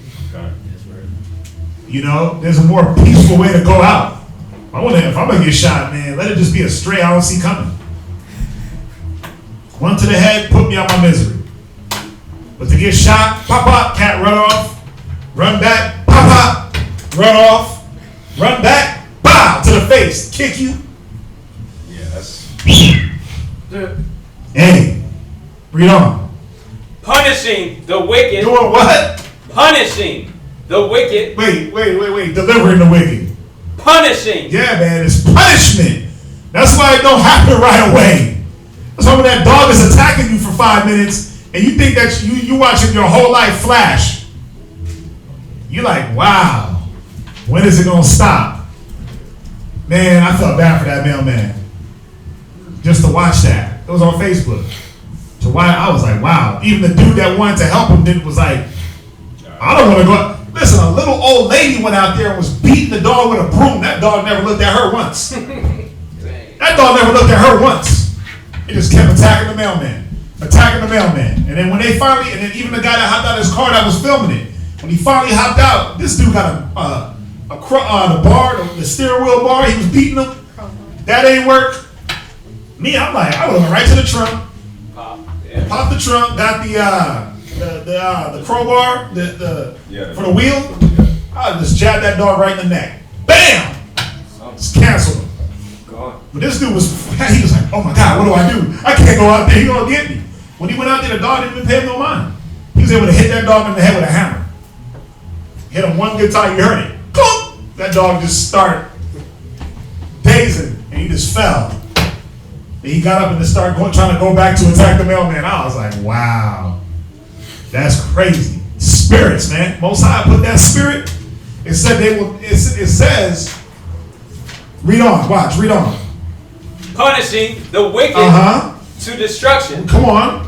They shall rejoice in his commandments. Yeah, man, that dog was happy. So they shall rejoice, read. And they shall be ready upon earth. Come on. When need is. Read on. And when their time is come, they shall not transgress his word. You see that? Verse 28, it says, and appease the wrath of him that made him. They're going to make sure that the Most High is satisfied, man. They're going to make sure that the Most High's wrath has been appeased. Yep. Yeah, that's it. You got him. He ain't got no hands no more. He can't walk. He can't deliver his route. Well, who knows what he was doing, man? Who knows, man? You already know about the jokes with the mailman. Yeah. Your wife cheating with the mailman. You already know those jokes don't come out of nowhere. I'm not saying that's what he was doing. But who knows what wickedness he was into, man. Right? So we definitely gotta, yeah. Yeah. Right? Everybody wants to be, let's see, I borrowed 512. Right, let's see here. So y'all get that, right? Good. I ain't gonna lie, I didn't want to get into this class. It's 8:30. This is gonna be a 2-part class. So we're gonna hop into the class. That Psalms that you want, we're gonna break that down into a class. He wanted us to break down Psalms 137. We're gonna break that down into a class because there's a lot of precepts and there's a lot of history behind it. I don't just want to just break that down. We're gonna break that down into a class. Make sure you write that here for me. What we are gonna go into, what's that? You did call Ecclesiastes 7:29. Yeah, you had pulled it. No. He created man upright. It's Ecclesiastes. No, you asked for Ecclesiasticus 7:29. But what I wanted was Ecclesiastes 7:29. Oh. Yeah, I always do that. I always do that because it was the same one that you had pulled. It was your precept. Oh, yeah. God. Yeah, created man upright. God. Yeah, it was your precept that you pulled. I was just going back to it. So what we gonna go into, man? We're gonna go into Zachariah, the 5th chapter. Hold that. We're gonna go into Zachariah, the 5th chapter, and get some understanding on this chapter. Some of y'all already have this, so it should be a good refresher. It should be a good refresher. You can title this. You don't have to title it Zachariah, the 5th chapter breakdown. You can title this.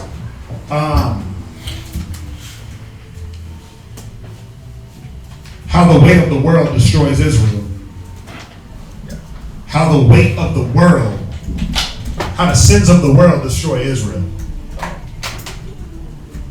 How the sins of the world try to destroy Israel. Right? So, let's go there. Zechariah chapter 5 and verse 5. Take it away, Johnny. Yeah. Come on. Zechariah chapter 5, verse 5. Take it away, Johnny. No. Then the angel that talked with me went forth and said unto me, Lift up now thine eyes, and see what is this that goeth forth. Go ahead. And I said, What is it? And he said, This is the ephah that goeth forth. So, what's happening is you got an angel that's talking to Zachariah, right? The prophet Zachariah. And the angel tells Zachariah to look up and see what is it that's going forward. The angel showing Zachariah a vision. So Zachariah sees an ephah going forth. Now, an ephah is this. It says an ephah is a certain measure, right? An ephah is a certain measurement. And that measurement represents the elect of Israel, or the remnants of Israel. So what you're going to do, you're going to hold that. We're going to go to Romans chapter 11. We're going to read verse 4. Let's go ahead and get the precept for that. Because remember, the Most High always reserves. Yeah, the Most High always reserves an elect. So an ephah, a certain measure, the elect of Israel, a small portion of people that was collected from all the earth. The remnant or the chosen. So it's just like when we burn the frankincense and myrrh, you burn it and that whole thing burns away, but what you get remaining is the ashes. That's the remnant or the ephah. Go ahead and read that. Romans chapter 11 verse 4. The book of Romans, chapter 11 and verse 4. Go ahead. But what saith the answer of Yahweh unto me, unto him? I have reserved to myself 7,000 men who have not bowed the knee to the image of Baal. So the Most High always reserves a remnant. So even when it seems dark, when you travel through this world and you don't see another Israelite with fringes on, everybody's just wicked. Everybody's in the Christian religious mind state, in the Kemet mind state, the Muslim mind state.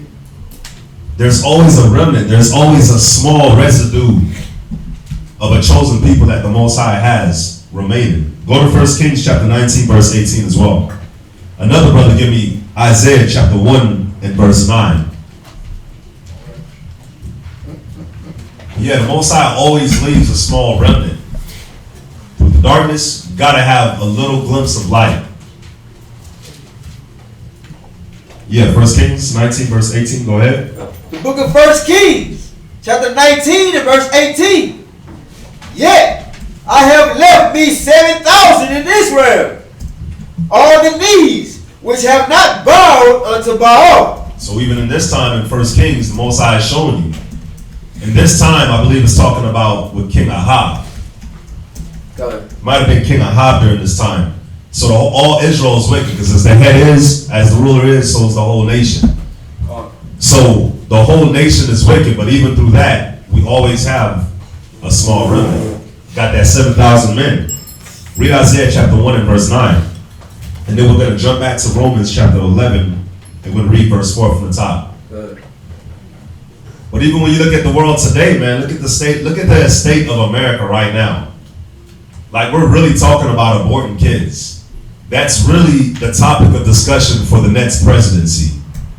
For the next person that they want to take Donald Trump down, one of the big topics of discussion is abortions, killing a child. It's the topic of discussion. Like, man, my timeline been blowing up. Ever since they've been passing these laws banning abortion, my timeline been blown up. Just think of the state of where we're at right now.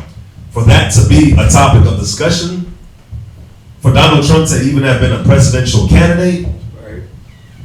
come on, man. For there to be an organic and a non-organic, for there to still not be any water in Flint, look at the time that we're living in. Because that's what it is. Let's do this abortion thing. Let's cover up Flint. I mean, come on. They got fighter jets flying over Alaska. Russian fighter jets. Yep. I might add. We know the talks with Russia ain't going good. They caught them 2 days. This is the second day. In the last 2 days. A couple of fighter jets, man. I was looking at the little story. You know what's crazy? I was watching Family Guy, right? And they had this episode where Peter was flying in a little dragon thing or whatever. You know, they always do like their little skits. So Peter's flying on the dragon. While Peter is flying on the dragon, they show all these things that Peter flies by. And he flies by World Star Hip Hop. He flies by social media. He flies by the Kardashians. He flies by all these things, right? And then they say, this is what America cares about, but they don't care about the fact that America's potentially going to be involved in 5 different wars. Because you got the Iran front, you got the Syria front, you got the Russia and China front, that's 4. No, you got the Iran, the Russia and China, that's 2. Then you got the Syria, that's 3. And then you got Venezuela, that's 4. And the 5th one, North Korea. So you got 5 different fronts that America could possibly be fighting a war with in the near future. But what are people thinking about? World Star Hip Hop, Right. social media, the Kardashians, Housewives of them. Housewives of Atlanta, Love and Hip Hop. Is the Warriors going to win another NBA championship? Right. That's what people are thinking about. But that's just to show you the time that we're in. That's why you got the other scriptures that tell you that the Most High is going to make a man like gold. And you can see it. You're going to be more precious than gold. More precious. Say you're going to be more precious than gold. Correct. But see, these men that don't bow, that certain elect, we ain't worried about championships. We ain't worried about the Warriors. We ain't worried about the Kardashians. We ain't worried about anything that's going on in this world. Even the wars, man. We ain't worried about that. Correct. Why? Because we understand the prophecies of the scriptures have to come true. They have to happen. The wars, the rumors of wars, the earthquakes in diverse places. We sitting here like, hell yeah. When I seen that Russia thing, I was like, Yeah. Rakatayahawa. Like, bring it on. Let them fly too close. Let us shoot one of their planes. Let them throw a nuke. I'm with it. I'm down. I'm down. Like the other day, Iran enriched, they quadrupled their uranium deposits or whatever. The productivity, like the way they. Oh yeah, the way they produce their bombs and uranium. And they funded more to the army. Like they're funding, like they're giving, like I think it went up like 27 million, 24 million to how much they're funding the army. Who? What country? Oh, America. Like they're giving more towards. They know it's about to pop. It's going up 24 million per year or something like that. And they're funding more. What are they doing? They want more troops. Yeah. They want more weaponry. But again, those 7,000 men. We're not worried about all that. We know that they can fight all the wars they want. They can bring all the bombs and guns. It's not going to stop nothing. What's that, Jeremiah? But bring a precept that y'all like to bring out a lot. What you got? 2 Timothy 2 and 4. Read it. The book of 2 Timothy chapter 2 and verse 4. No man that warred, entangling himself with the affairs of this life. Right, and that's the thing. These 7,000, this remnant, right? When you talk about this ephah, these people that were What does it say about the ephah again? Measurement. The certain measurement. Right, a certain measurement of the elect of Israel, a small portion of people that was collected from the earth, the remnant of the chosen. Man, we know that we in a battle spiritually. So we're not entangled into the affairs of this life, man. Yeah, because the weapons of our warfare is not carnal, but spiritual. Mm-hmm. So that ain't on our mental at all. But it's still good to see it, just to see how the Most High does his thing. And to see it come into fruition. I love to see how grown-ass men go crazy over another grown-ass man shooting a ball. I love to see that foolery. Or how they go crazy on Facebook because their team lost. I'm like, wow, you just got real niggerish because the Rockets lost. You sit back and you see people's true colors behind sports.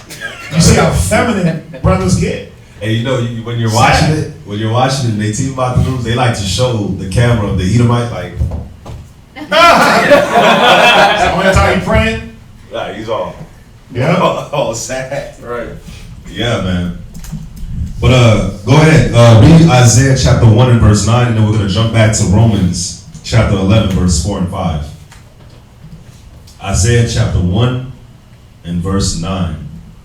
And you know, even with this point that we're bringing out too about the ephod, right? And us being the remnant, like, you got to see how the Most High blessed us, man, for us to be awoken in this time and to be able to exercise the scriptures and to be able to grow and be an example unto your nation.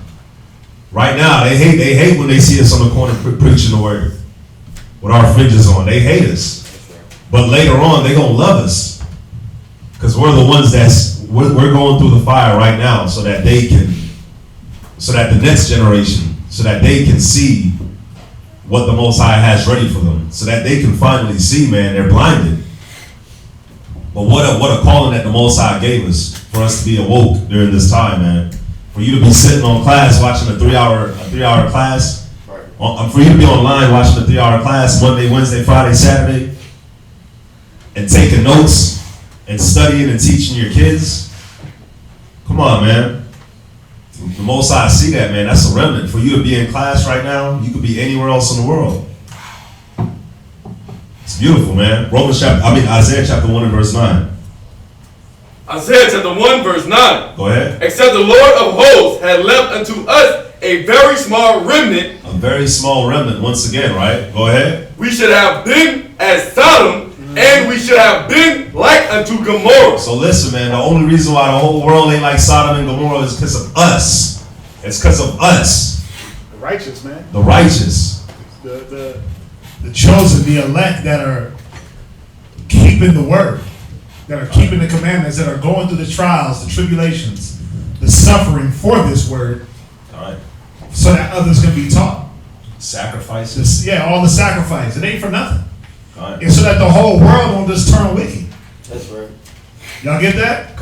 Remember, a little leaven leaveneth the whole lump. And we're that little leaven that the Most High is going to make. Yeah, we're leavening it in a good way. In a good way. But yeah, go back to Romans chapter 11. We're going to read verse 4 and 5. And then we're going to jump back to Zachariah chapter 5. The book of Romans, chapter 11 and verse 4. Go ahead. But what saith the answer of Yahweh unto him? I have reserved to myself 7,000 men who have not bowed the knee to the image of Baal. Go ahead. Even so, then at this present time also, there is a remnant according to the election of grace. Right, because that image of Baal, you know, it's ain't about an image. What is it about? It's about the idolatry. It's about the customs, right? It's about the customs of the people. It's about the holidays. It's about, again, you know, the sports. I got to give all my time to that. I got to give all my time, I got to give all my time to my woman, right? Because what are they teaching? That the black woman is God, right? So it's all these things that you're bowing the knee to, other than bowing your ear to the word and to the wisdom. It's the woman talking about, I don't need no man, right? I don't need no man. I don't need nobody. I'm good by myself. I'm an independent. That image, that Baal, it's all these different entities that America, Babylon the Great, as we're gonna go into. This whore-ass woman. This country is one big whore, man. It accepts everything. All idolatries and all religions are here in America. It's sad. It's sad how this country is. Like, you go to Saudi Arabia, they're Muslims. Strictly. Like, man, we Muslims. We ain't dealing with nothing else but Islam. Right? You go to Iran, they laugh at America for being homos. They're like, you got homos in your wars, in your army? Y'all niggas is soft. They can't wait to fight America. Cause they know they're gonna win. The faggots are gonna turn and tuck tail. You know, Syria used to say that. Syria, when the war was really popping off in Syria, the troops in Syria used to say, America, come down, stop bombing us. Come fight us on the ground. Oh, they knew that America didn't want that. But you know, it's a facade, man. You know, when I think of the American military, because they make it seem like it's the most powerful military, right? But when I think of the American military, I think of David versus Goliath. I think of when we went into our land, when Joshua and Caleb went into the land and they seen the giants. When we brought down the walls of Jericho, I think of all that because from the outside, it seems like, man, how we gonna touch this place? But really, like, when you think about it, those brothers, those people that's over there fighting in Syria, that's fighting in Iraq, they got little kids ready to kill you. They got little kids that'll run up on you with a bomb. What is the American soldiers doing? Think about it. You got soldiers in your family. You got people in your family that's in the military. They do their military drills. But what are they doing when they're not doing their military drills? They on the video games. Okay. They watching sports. They watching Netflix. They comfortable. They just know how to do the drills. But when it comes to like an actual war, nah, they ain't built for that. They're not built for that. Yeah, they got all the moves. You can take all the basketball courses that you can and learn all the fundamentals. But when you get on that court, will you actually be able to ball? Because come on, man, these Edomites, they send all their kids to all these basketball things because they can afford it. But who's on the basketball court? Judah. Judah. Even Ham now. But why? All that stuff doesn't matter. It's about what you're going through. It's about that spirit. Judah's in the streets hooping every day. They ain't taking no basketball camps. Can't afford it. But you know, just to bring it back to the topic, when you look at America, you really feel like this whore can't be touched. They really make it seem like that. Well, yeah, it's fallen though.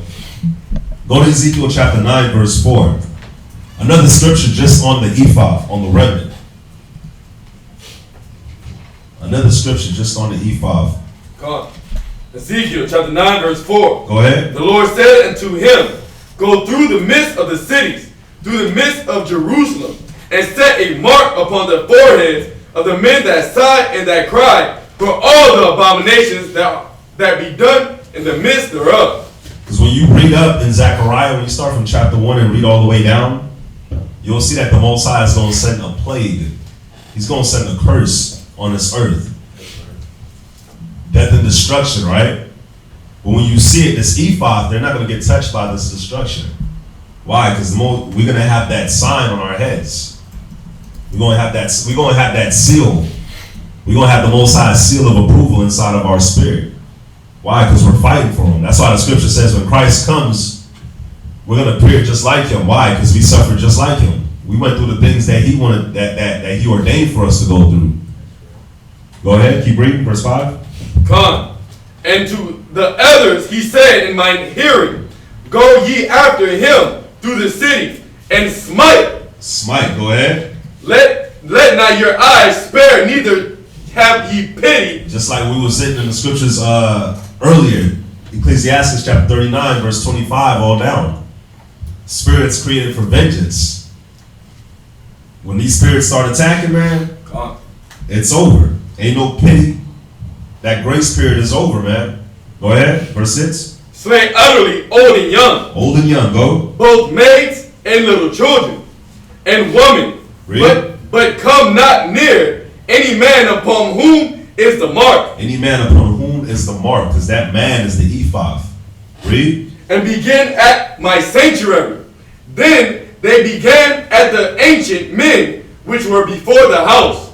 Nice. Go back to Zachariah chapter 5 and verse 7. Come. And behold, so listen, if you ain't part of this remnant, it don't matter your age, it don't matter your cup size, because you got a lot of sisters, man. They be thinking because they cute and petite and short and light skinned with good hair that the size just gone, like they automatically in the kingdom. Nah, it don't work like that, because you got good colored eyes and you got a certain texture hair. Listen, it told you right here in Ezekiel, you said go to the midst of the city and smite, young and old, child and maiden. It didn't matter. So remember, man, it's about getting that mark, getting that seal, right? And obviously this is talking about in Zachariah, this is going into the remnant of the chosen, right? So it's getting a little bit more in depth. All right, so go back to Zachariah. Where you at? Zechariah chapter 5, verse 7. Oh, did we skip 6? Oh no, verse 7. I'm sorry. Go ahead. And behold, there was lifted up a talent of lead. So behold, there was lifted up a talent of lead, right? That lead represents weight or heaviness. They wouldn't go into that, but read. And this is a woman that sitteth in the midst of the ephod. And the woman represents Babylon, the great. Femininity and homosexuality. Femininity and homosexuality. So we're going to go into this point as well. So that talent of weight, read it from the top, verse 7. Verse 7. And behold, there was lifted up a talent of lead. So there was lifted up a talent of lead, right? That talent of lead, again, represents weight or heaviness. So weight or heaviness, right? Read. And this a woman that sitteth in the midst of the ephod. And this is a woman that sitteth in the midst of the ephod. So that talent of lead is a woman that sitteth in the midst of the ephod, right? So let's go into it. Because the talent of lead represents a weight or a heaviness, right? And the woman is Babylon the Great.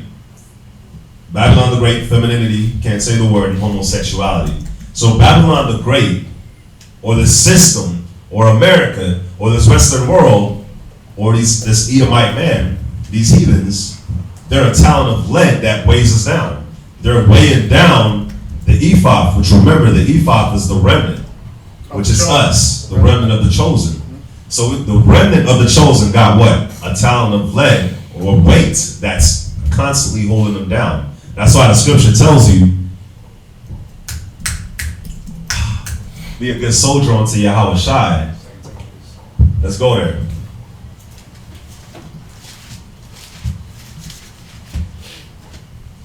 Second Timothy chapter 2 and verse. Start at verse 3. Start at verse 3. 2 Timothy chapter 2 verse 3. Let's see how we get weighed down by this great whore. 2 Timothy 2 verse 3. Go ahead. Thou therefore endure hardness. Endure what? Hardness. Endure being weighed down. Read. As a good soldier of Yahweh Shai. Yeah, we got to endure being weighed down as a good soldier of Yahweh Shai. Why? Because when you go to Ecclesiastes chapter 6, it talks about the wisdom. It talks about the wisdom being shackles. When you read in Galatians, it talks about being a prisoner for Christ. So, Ecclesiastes, you're weighed down by these shackles, right? But it tells you later on that the shackles turns into gold. But why do you feel like you're weighed down? Because you got to put off that old man. That's right. You got to put off that old man and his thoughts and his thinking. We're going to go into that as well. We're going to go into that as well. Matter of fact. But remember, the weight that it's talking about here, the weight that it's talking about here is the wickedness. Because we know that the weight of those shackles of wisdom, that turns into glory. Exactly. But this weight that's in the middle of us, that's holding us down, think about it, man. It's all the things that are contrary to the scriptures. it ain't just homosexuality. It ain't just being feminine. It's everything that is presented to you as a man striving and rehearsing the righteous acts of the Most High. Yes, sir. It's all those things that say don't do it. So it's the fat booty, it's the money, it's the job, it's the car, it's the house. It's all these things that are, and remember, there's nothing wrong with a house, a car, a job, but is it going to pull you out of the way of wisdom? Okay. See, it's all these things that pull you away from doing your purpose, and then now you're fulfilling the purpose of the world. It's all the things that tell you, no, you don't got to submit to your husband. Yep. That was back in the olden days. That was back in old times, girl. You ain't got to wear no skirt. The hell is he talking about? Oh, Christ died. You don't got to do that. Yeah, Christ died. You ain't got to do that. The law is done away with. See, it's all these things that are contrary to the wisdom. So don't get twisted. It ain't just homosexuality and femininity, but we know that this establishment, America, is based out of these things. Everything is based off of these ideas of making the man feminine and ushering in homosexuality. The feminist movement, all these different ideas are based, everything that you get from the feminist movement is based on, or all the women being homosexuals, right? All this lesbianism running around, all these damn bull dykes. That came from the feminist movement, really pushing it and saying, you don't need no man. But if I don't need no man, that means what do I need? I need a chick with a strap on. Right? That's the thought. Well, I don't need no man. I'm going to get me a woman because she knows how I feel. She knows how to touch me. Right? A woman knows a woman's body better than a man. Prove it. Garbage. Prove it. Right? But they're trying to prove it. They're out here trying to do it. But see, what happens is we sit back and we get bombarded and bashed in the face with this weight. Why? Because you got children? You're teaching them, homosexuality is wrong, but then what they got? Gay cartoons. They got faggots in the public schools teaching and reading to your kids homo books, right? They got transgender bathrooms. They got gender identification. They got every law that if you even talk about a faggot, they'll arrest you. They'll talk, they'll say you're being discriminatory.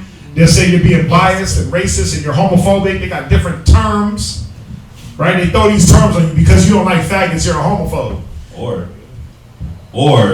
they want to vaccine your child, but you don't want to vaccine your child, but they're making it illegal for you to vaccinate your child. Vaccinate, right? Vaccinate. Vaccinate. So now your child can't go to school. Your child can't go to daycare. Your child can't go and see these doctors. Why? They're not vaccinated. And some states it's illegal to not be vaccinated. So once they pop out, they're gonna vaccinate them. So. You got to see it. They weigh us down because the vaccinations, they're poison. Yeah. I was watching something. Somebody sent me something with Bill Gates. He was talking about population control. I was looking for this is an edited video. He said it. Yeah. He was like, they're gonna give these countries vaccines to control the population. I was like, the hell? Right. He literally said it out of his mouth. I was like, wow, he didn't know what he was saying. Yeah. But he said it. So they're throwing vaccines at you. They're throwing child support at you.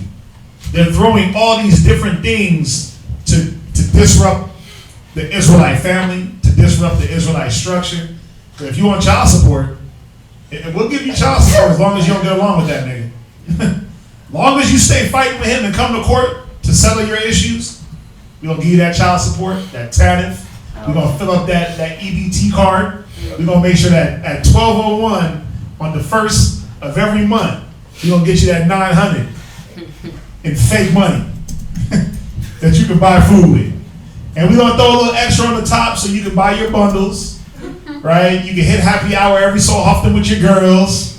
You get the full set done. We're going to make sure that we do those things for you. That's the government talking. So they weigh the black woman down with those things, while they weighing the black man down with the child support payment. So now he got to be stuck working 50 jobs just to pay some child support and be able to pay rent and eat. They weigh him down with that. They weigh him down with when they racial profiling. right? Searches and seizures. The system. The system just weighs us down. I seen a dude, man. He was in Colorado. He was at his dorm. He was picking up trash with a bucket and the trash bro, they was like getting ready to shoot this guy. He was getting ready to put a bullet in him because he didn't want to give him his ID. I was like, damn, he looked like he was half Esau. He didn't look like he was, he just looked like a light-skinned bro. I mean, I don't want to say that half Esau. Yeah. But he looked like a light-skinned brother. He had little dreads in the back. You know what I'm saying? He had it was rounded with the dreads coming out. But the point is, you got to look at how they do the black man in society. They weigh us down with what? Food. The food we eat. Man, you got to really, why is there, when you go into the hood, or like when you drive through A-Leaf, man, you can find a fast food spot everywhere, all through A-Leaf. No matter what street, this and that, Bracewood, it don't matter what you want. You know what's crazy? I just realized that too. Like if I want to go to like an Olive Garden, or if you want to go to a Whole Foods or a Spout, I gotta go to like Westheimer. Whole Foods, Sprout, where they at? In the nice neighborhoods. Yeah, they're in the so-called nice neighborhoods, right? Where you gotta venture out, get arrested, get pulled over for being over there. Like, what you doing over here? Nigga, I'm just trying to go to Sprouts. I'm trying to get some vegetables. You don't belong over here. They weigh you down. We're being weighed down as a nation. Through all, and then when they do give you good food, right? I remember like soy was the big thing back in the day, like soy, tofu, right? Soy milk. Remember my sister, she grew up on soy milk. But now when you go into the soy, you're like, oh, wait a minute, that's making dudes faggots, right? There's too much estrogen. When you go into the children's formula, the Enfamil and the Isomil, Similac, they got stuff in there that it was making little boys faggots.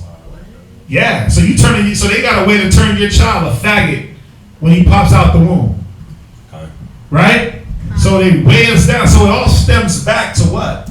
Now they do it. Now it's easy. They just give you weed, right, and give you tight ass pants, and you just automatically gay. It's easy.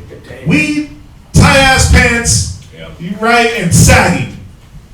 And you just use automatic faggot in my book. I'm like, oh, you gay as hell. Because the weed gonna make you soft as hell. It's gonna kill all that testosterone in you.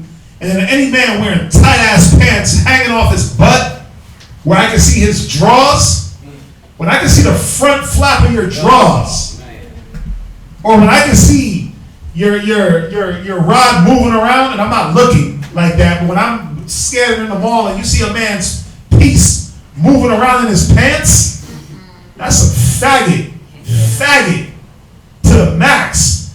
But niggas think it's hard, like I'm hard because you can see my joint moving around in my boxers. Bro, that's gay as hell.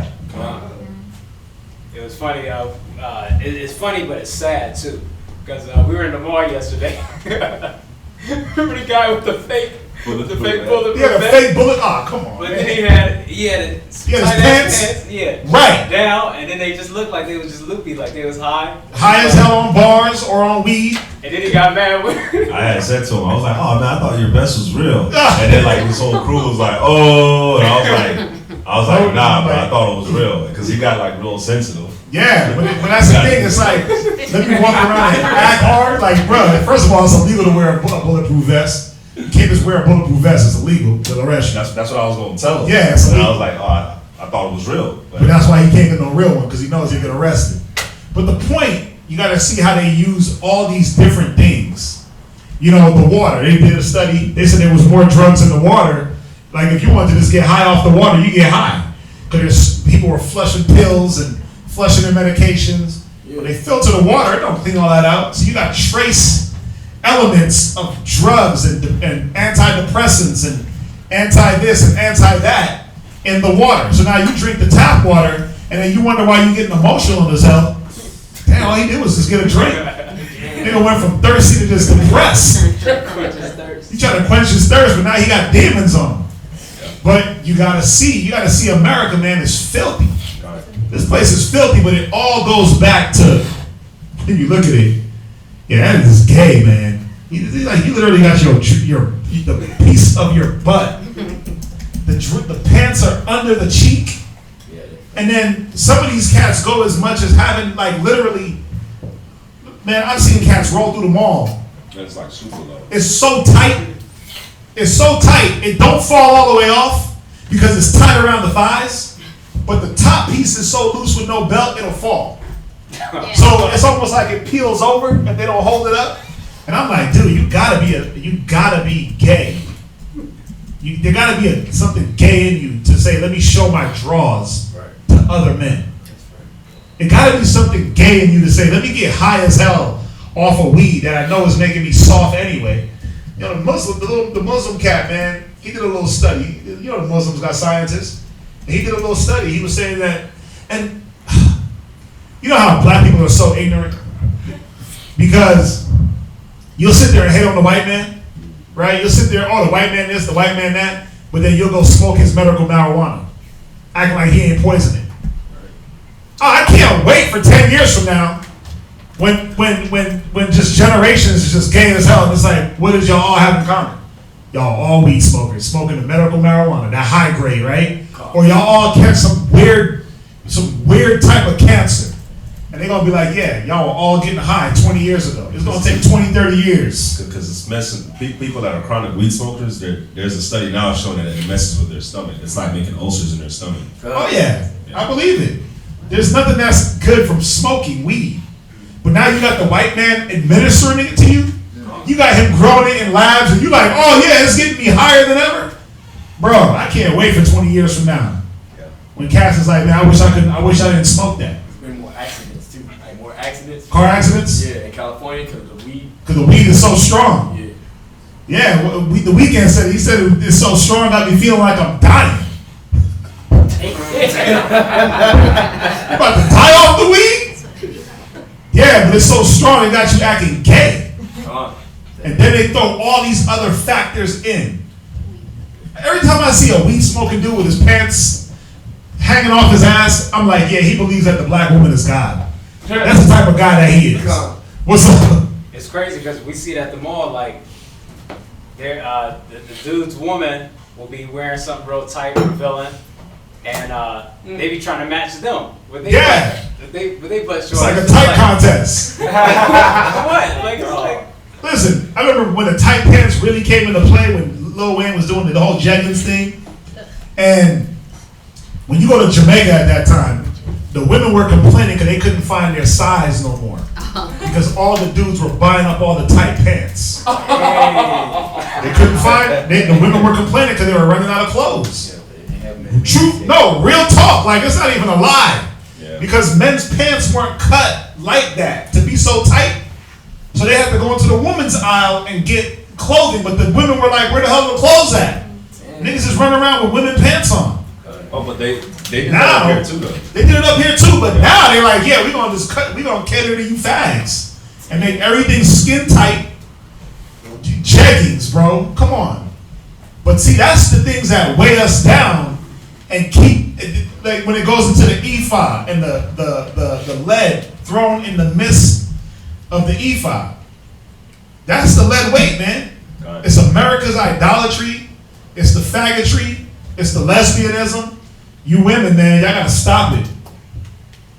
You women gotta stop it. Well, I can't find no good man, so what do? You gonna find a good woman? But guess what? Guess what? That's what is being pushed on y'all. If he don't get the job done, go get you a chick that looks like him. Cause that's how they do it.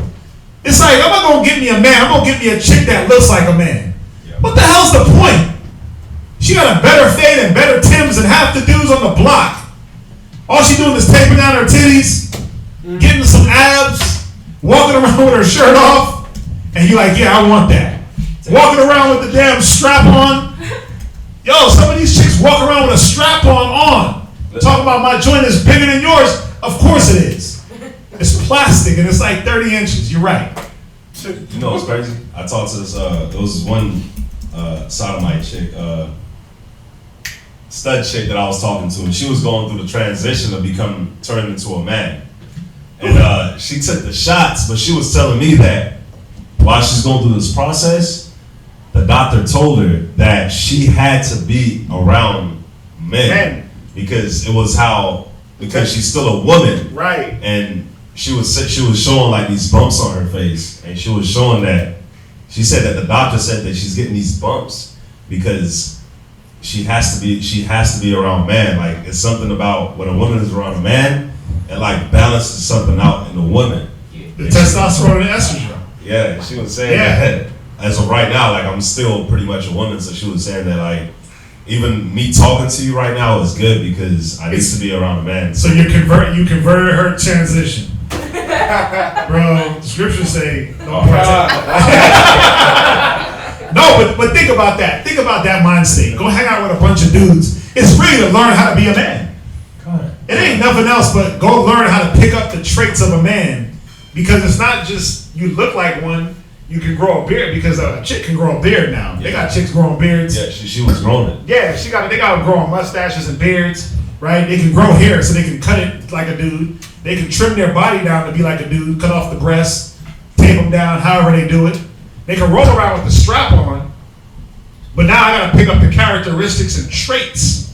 If you're a good actor, you could be a man. I gotta pick up the trait. Look at young M.A. And when I first saw her, I thought she was a light-skinned dude. I thought she was a light-skinned dude when I first saw her.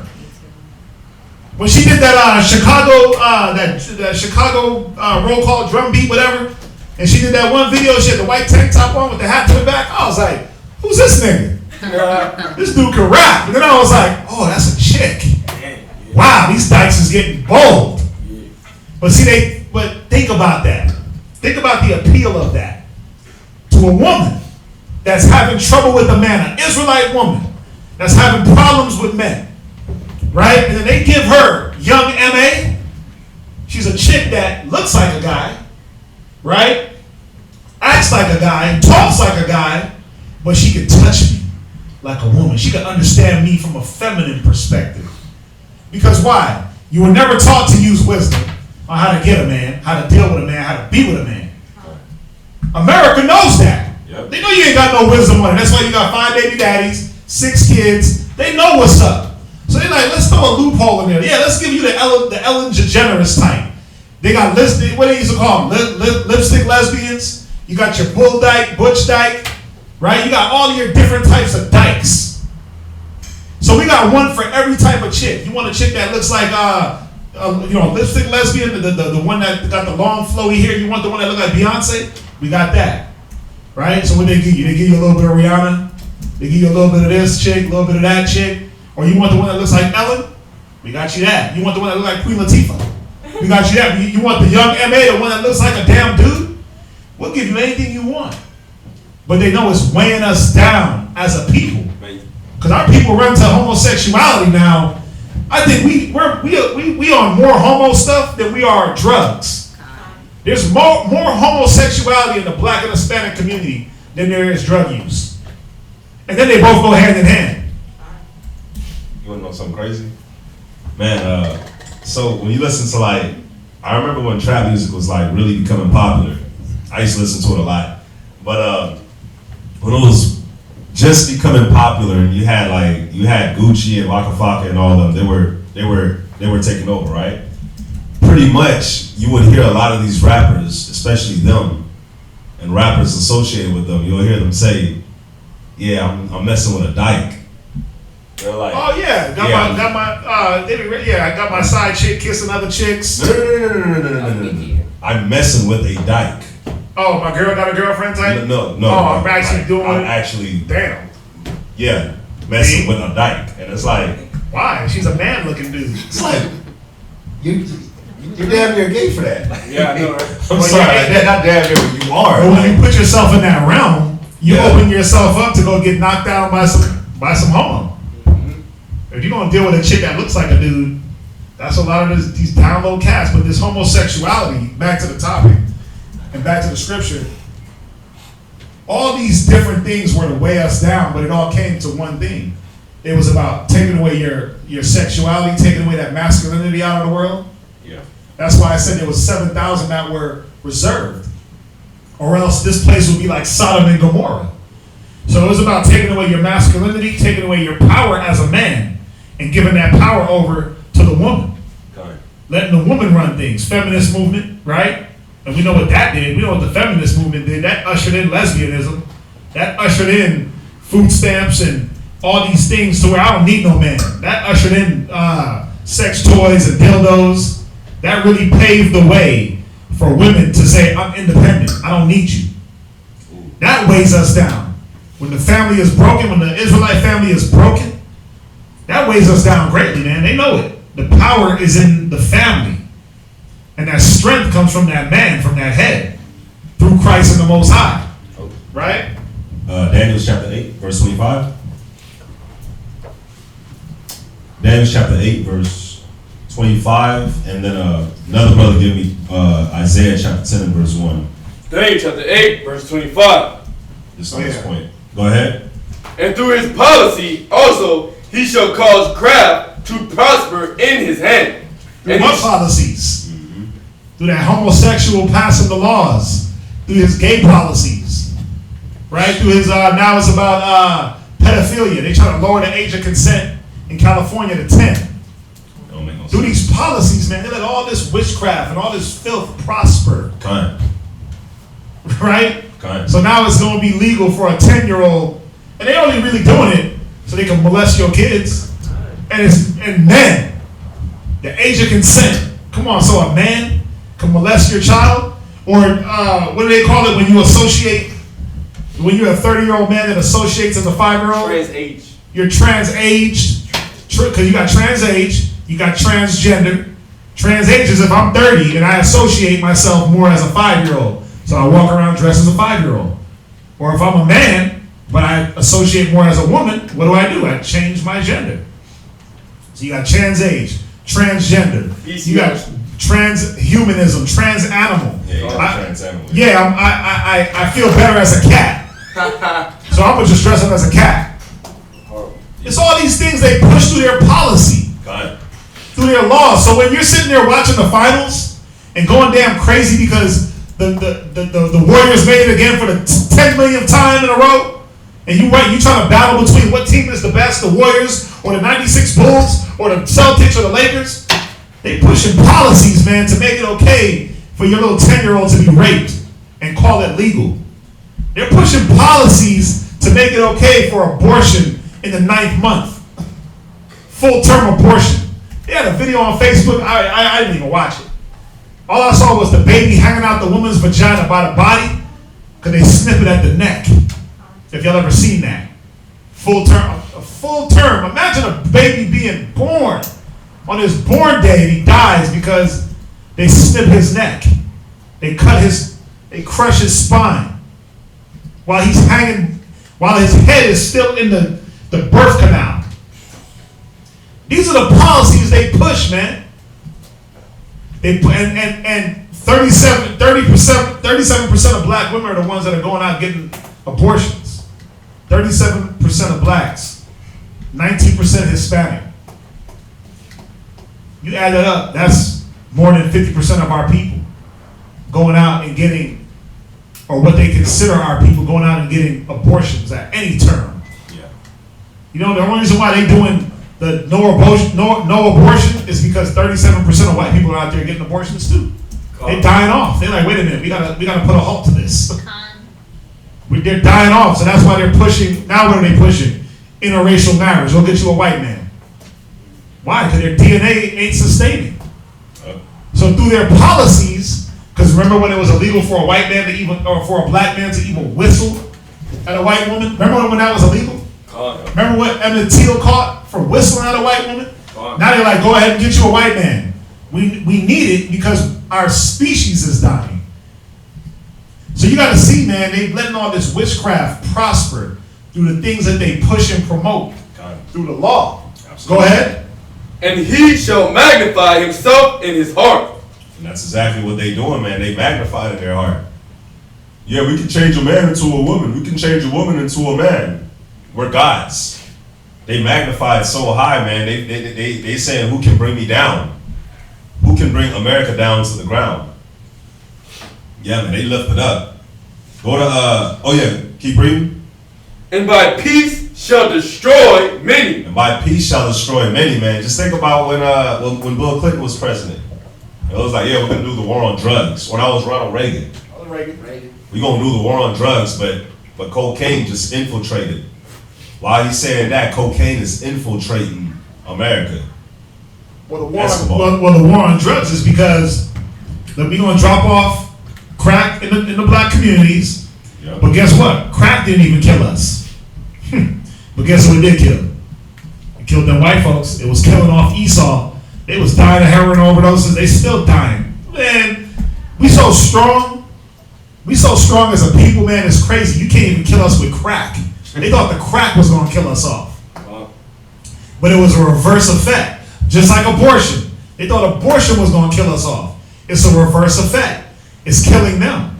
So now they're gonna do a war on abortion, war on drugs. Next thing they're gonna do a war on health. They used to have like health shows like Health Revolution. Let's change the eating habits of the schools. Why? Because the bad food is killing them. It's killing us too. But not at the rate that it's destroying these other nations. They're weaker than us. No matter even in our poverty and even in our weakest mental situations and condition, we still stronger than everybody on this earth. Think about that. Even without the wisdom, we still stronger physically than everybody on this earth. Think about that. Think about that. But they craft these policies, right? Then, like, read it again. Read that verse again. And by peace shall destroy many. And by what? Peace shall destroy many. Yeah, because love is love. It's okay to love who you love. Let's all just love, right? Homosexuality is not lust, it's love. Right? But that's destroying many. That's destroying our nation. It's all love, man. Let's just hold hands. Let's all just get along. Let's just do it together. Peace. America don't even know what love is. No, because this whole place been built on lust, built on our blood, built on our sweat, our tears. Yeah. You know, one thing that you were saying that I like, man, you was talking about how all these things that they did, it always comes back to them, right? When you take it a little bit deeper, when you take it deeper in regards to the truth, they made Kemet get popular. They made so many different doctrines get popular. So many different things, but even through all that, like, they can't stop us from waking up. We still waking up. How many brothers and sisters learned about Kemet first, but then saw the truth through watching a debate or something like that and was like, oh yeah, that's it. That's it. This Kemet stuff is garbage. How many brothers and sisters did that happen to? How many brothers and sisters was researching something that was meant to keep us down and then ended up waking up to the truth? So like, even if you take it a little deeper, even like the things that they trying to do to try to sway your mind from knowing that you're an Israelite, even that is collapsing. It's not working because my sheep hear my voice. When we hear the word, we waking up. We know when it's brought to us. Yeah. But then think about the ones that are in the truth and their mind is not stable and solid and rooted. And you got Kemet, you got Christianity, you got Buddhism, you got all these different types of Christianity, and think about how that weighs them down. When they're like, damn, I don't know what to believe. So they throw religion out there to weigh you down. And we know that let's take it right back to religion. Let's take it back to Christianity. That's all homosexuality. All these damn gay priests, all these gay Catholic priests that they got out here. You got one, he said they found 200 videos of child porn on his computer. Dang. You got the other one, he said he molested 200 and something boys and just forgave them. Because it's all rooted in homosexuality and that spirit. Read where we at. Read back in Ezekiel. Let's get some more of this out. We got 30 minutes. I mean, obviously we're going to continue this class. We haven't even touched the surface. We only read like 2 scriptures. Zachariah? Go back to Zachariah. Okay. We barely even got anywhere. We got a whole lot. We haven't even talked about the woman yet. Yeah, go to Zachariah 5:7. 5:7. Uh-huh. Yes, sir. So what does the talent of lead represent? Who knows? The heavens, the weight. The what? The weight. The weight or heaviness. What does the woman represent?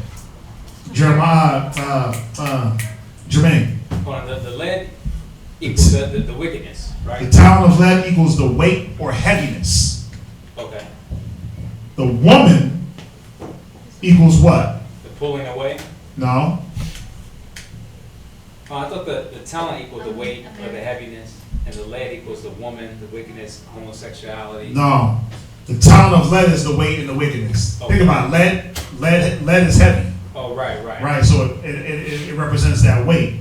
The woman equals Babylon the Great, Con. which is America, I got that. Stuff was twisted. which is, and you can put in parentheses, femininity and homosexuality. Femininity and homosexuality. So, read Zachariah chapter 5, verse 5 one more time. Zachariah 5 verse 5. Right? Then the angel that talked with me went forth and said unto me, Lift up now thine eyes, and see what is this that goeth forth. Right, so the angel told Zachariah, lift up your eyes and look and see what's going on. Read. And I said, What is it? And he asked, what is it? Read. And he said, This is an ephah. Right, so this is the elect of Israel. Go ahead. That goeth forth. Read. He said, Moreover, this is their resemblance through all the earth. Right, so this is a small portion of people that was collected from all the earth. Read on. Verse 7. Verse 7. And behold, there was lifted up a talent of lead. It was lifted up some weights, right? Go ahead. And this is a woman that sitteth in the midst of the ephah. Right, and this was the woman. The woman equals Babylon, so it's showing you the heaviness of Babylon. Yeah. In the midst of Israel, or in the midst of the chosen. Y'all get it now? Right, so Babylon the Great is that woman. Read verse 8. And he said, This is wickedness. This is what? Wickedness. See, the wickedness is the woman we just read, which represents that heaviness, which is America, that heaviness. Trying to bear the burdens of America is heavy on us. Go ahead. And he cast it into the midst of the ephah. You see that? So the wickedness is in the middle of Israel. I'm gonna quote it. It says we were in the midst of a crooked and perverse generation. We're gonna go there later, but that's what it's showing us in these first couple of verses. That you have Israel, and there has been wickedness and heaviness cast in the middle of us, which is the representation of America. All that homosexuality, all that femininity, just through, and how does it come? Through their policies, through the laws they pass, through all the deception. You know, it's a deception so cunning that it's like, I'll give you a perfect example. You got that new radio station 93.7 with Charlemagne. I don't know if it's in every city, but it's here in Houston, even though they're not in Houston, right?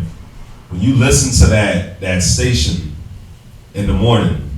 Oh, Breakfast Club? Yeah, but like, not just the Breakfast Club, but just the station, right? Charlemagne the Booty Eater?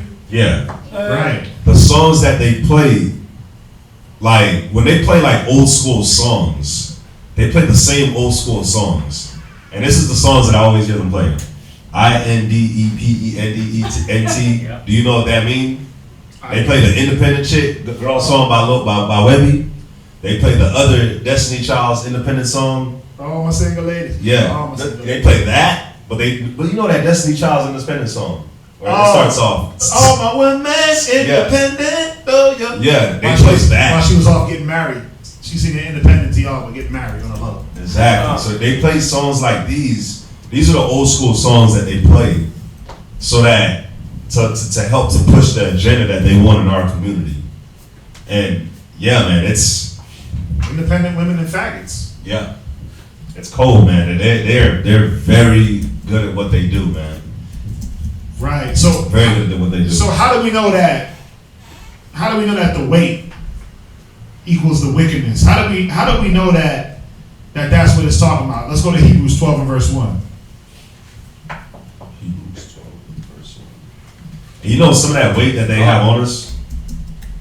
It's when we're weighed down by the ungodly nations, the things that they do.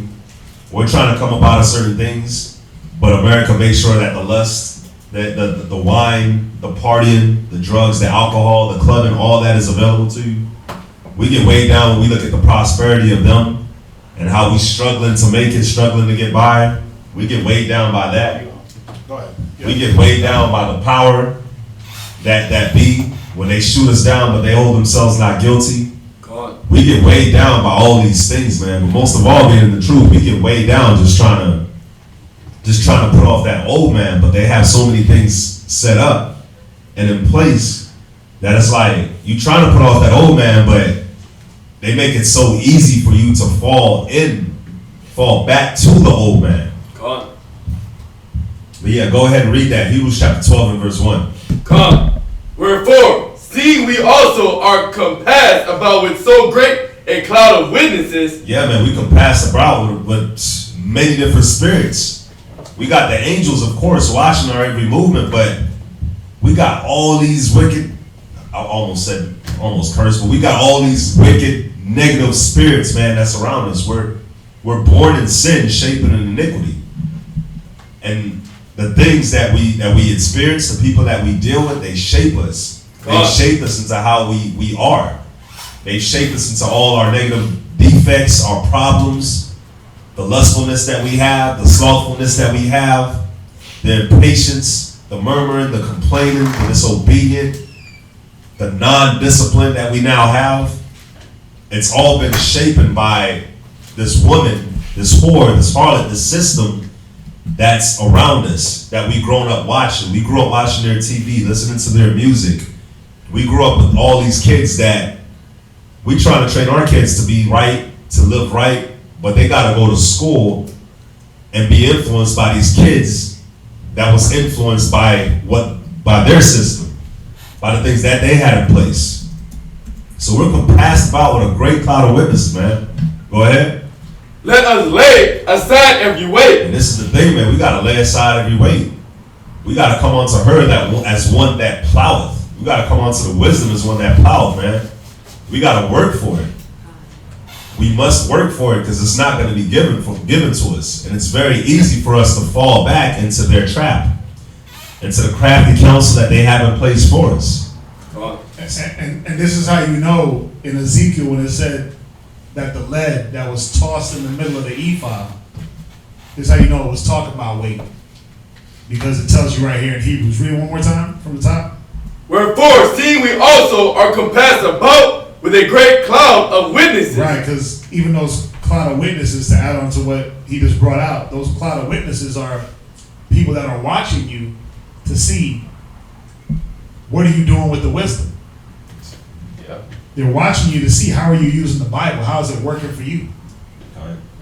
Those great cloud of witnesses, people, oh, you got on fringes, let me see how he moves. Wait, why you got on fringes, but you sitting there trying to mac on every woman? Why you say you believe in the Bible, but why you eating pork? You know, it's these, they watch. They friend, like you got brothers that are trying to fringe check you. You might not have your fringe, like a fringe shirt on that day. And where your fringes at, brother? Like, bro, what you talking about? What you mean, where's my fringes? I don't have to be told not to go commit adultery. I don't gotta be told that every 5 minutes. I don't gotta look down at a shirt to say, oh, don't commit adultery today. Nah. The law is supposed to be in you. Am I saying not to wear fringes? No. But you see, you got people that'll watch and look how you move. Oh, he ain't got no fringes on. He forgot the law. Right. Nah. So it said, the great cloud of witness, because people are watching. Go ahead.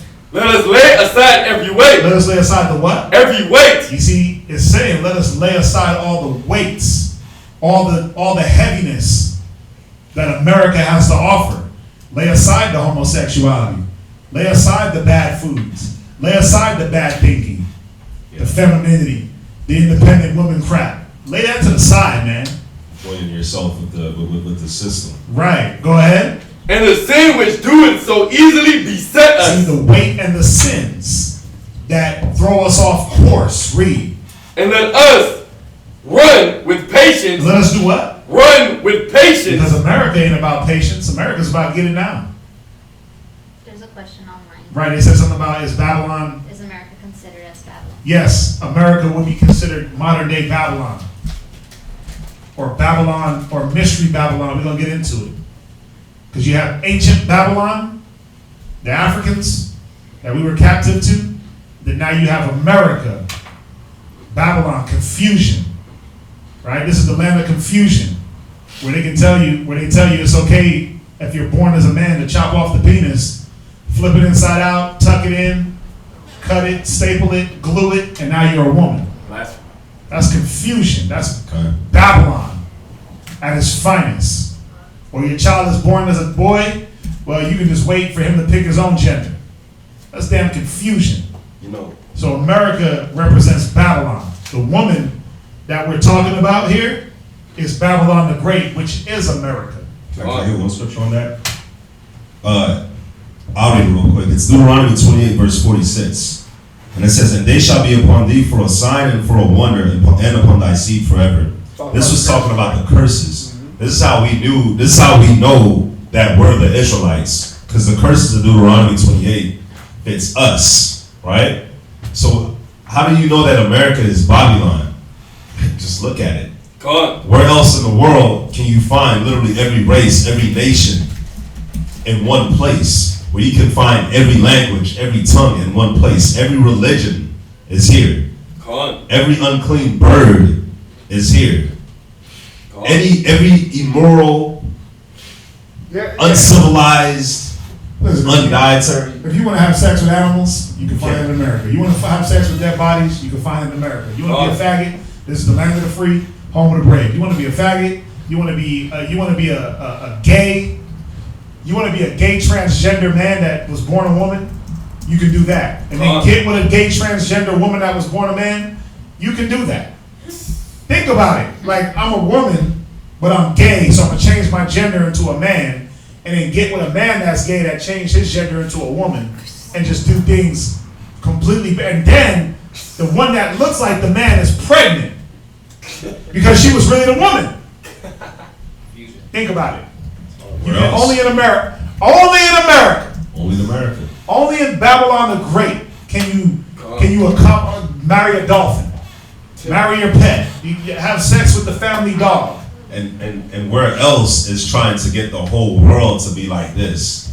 Yeah. Like when you go to Mexico, Mexico ain't trying to get the whole world to be like Mexico. Jamaica ain't trying to get the whole world to be like Jamaica. China ain't trying to get the whole world to be like China. But America is trying to get the whole world to get democracy. Short shorts. Freedom for women to dress like sluts. Independent women. They're trying to independent women to Muslims now. Make them independent. Oh, you're too modest. That's what America pushes, man. No modesty, no lack of, no shamefacedness, no humility. Just be how you are. You don't gotta submit to no man. That's what America pushes. When they went out there to Iraq and Saudi Arabia and Gulf War, what you think they was pushing? They had chicks over there on the beach in bikinis. They had to ban that. They were like, hell no. The military was trying to bring in porn. They were like, bro, you can't bring no porn in here. Not saying that them nations ain't gay as hell either, because some of them are. And we know that they're Edomites over there too. They ain't the real Ishmaelites. They're a bunch of Edomites that got long beards and hairy backs. They're gay as hell too. So they're with a lot of this stuff that goes on. But you got to see how America, like they try to make them watch. I remember back in the 90s, remember Baywatch? Remember Baywatch with Michael Hasselhoff, David Hasselhoff and them? Yeah, they try to put that on, they try to televise that in, I think it was like the Gulf, like Persian Gulf or somewhere. They're trying to put that on TV. They at the back. They're like, hell no, you're trying to liberate our women? What the hell are y'all doing? Putting them in bikinis. The hell? But that's how America gets you. They show a few chicks in bikinis. The chicks are sitting back like, damn, I got this damn hijab on. I'm hot as hell. I'm covered. I want to show some shoulder. I want to show a nipple or two.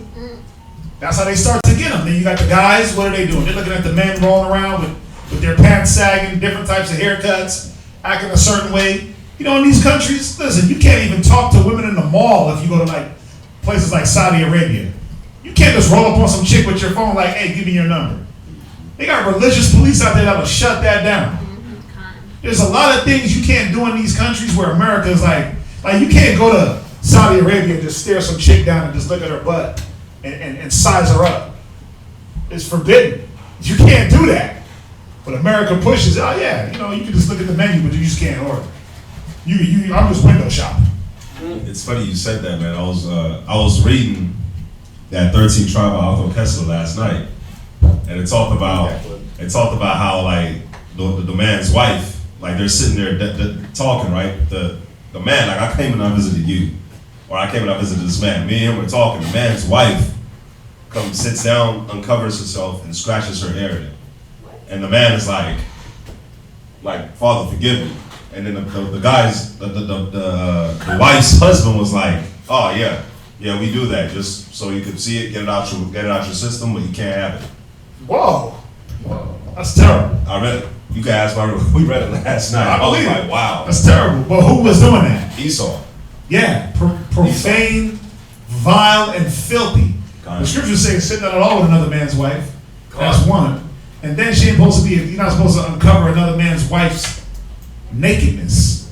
You ain't supposed to see that, but see, Esau's like, yeah, here, get it out your system. Yeah, pretty much, right. Nah, you're putting it in my system. I wasn't even thinking about that. Now this man is sitting up in your house lusting after your woman. That's sad, man. It was because you see it. You see it. You got the chick in the bikini. You got the other chick covered up from head to toe at the beach. But America's like, yeah, be like Pam Anderson. Show them nipples, get a tight cut. Look at Beyonce, man. Every costume she wears, it's all about her crotch area. Did y'all ever notice that? I don't watch her, but every time I've seen like little clips, she'll wear the cutoff pants, or it's always some type of bikini cut. Pull up the images of Beyonce, you're gonna see it. It's always bikini cut, and her damn legs are always open. Trying to show that. Trying to show that unk. Trying to show the black woman is God. That pelvic area. Yeah. But that's all it's about. America pushes the buttocks, the pelvic area, the vagina, breasts. That's what America's about, man. They try to feed it to these other countries.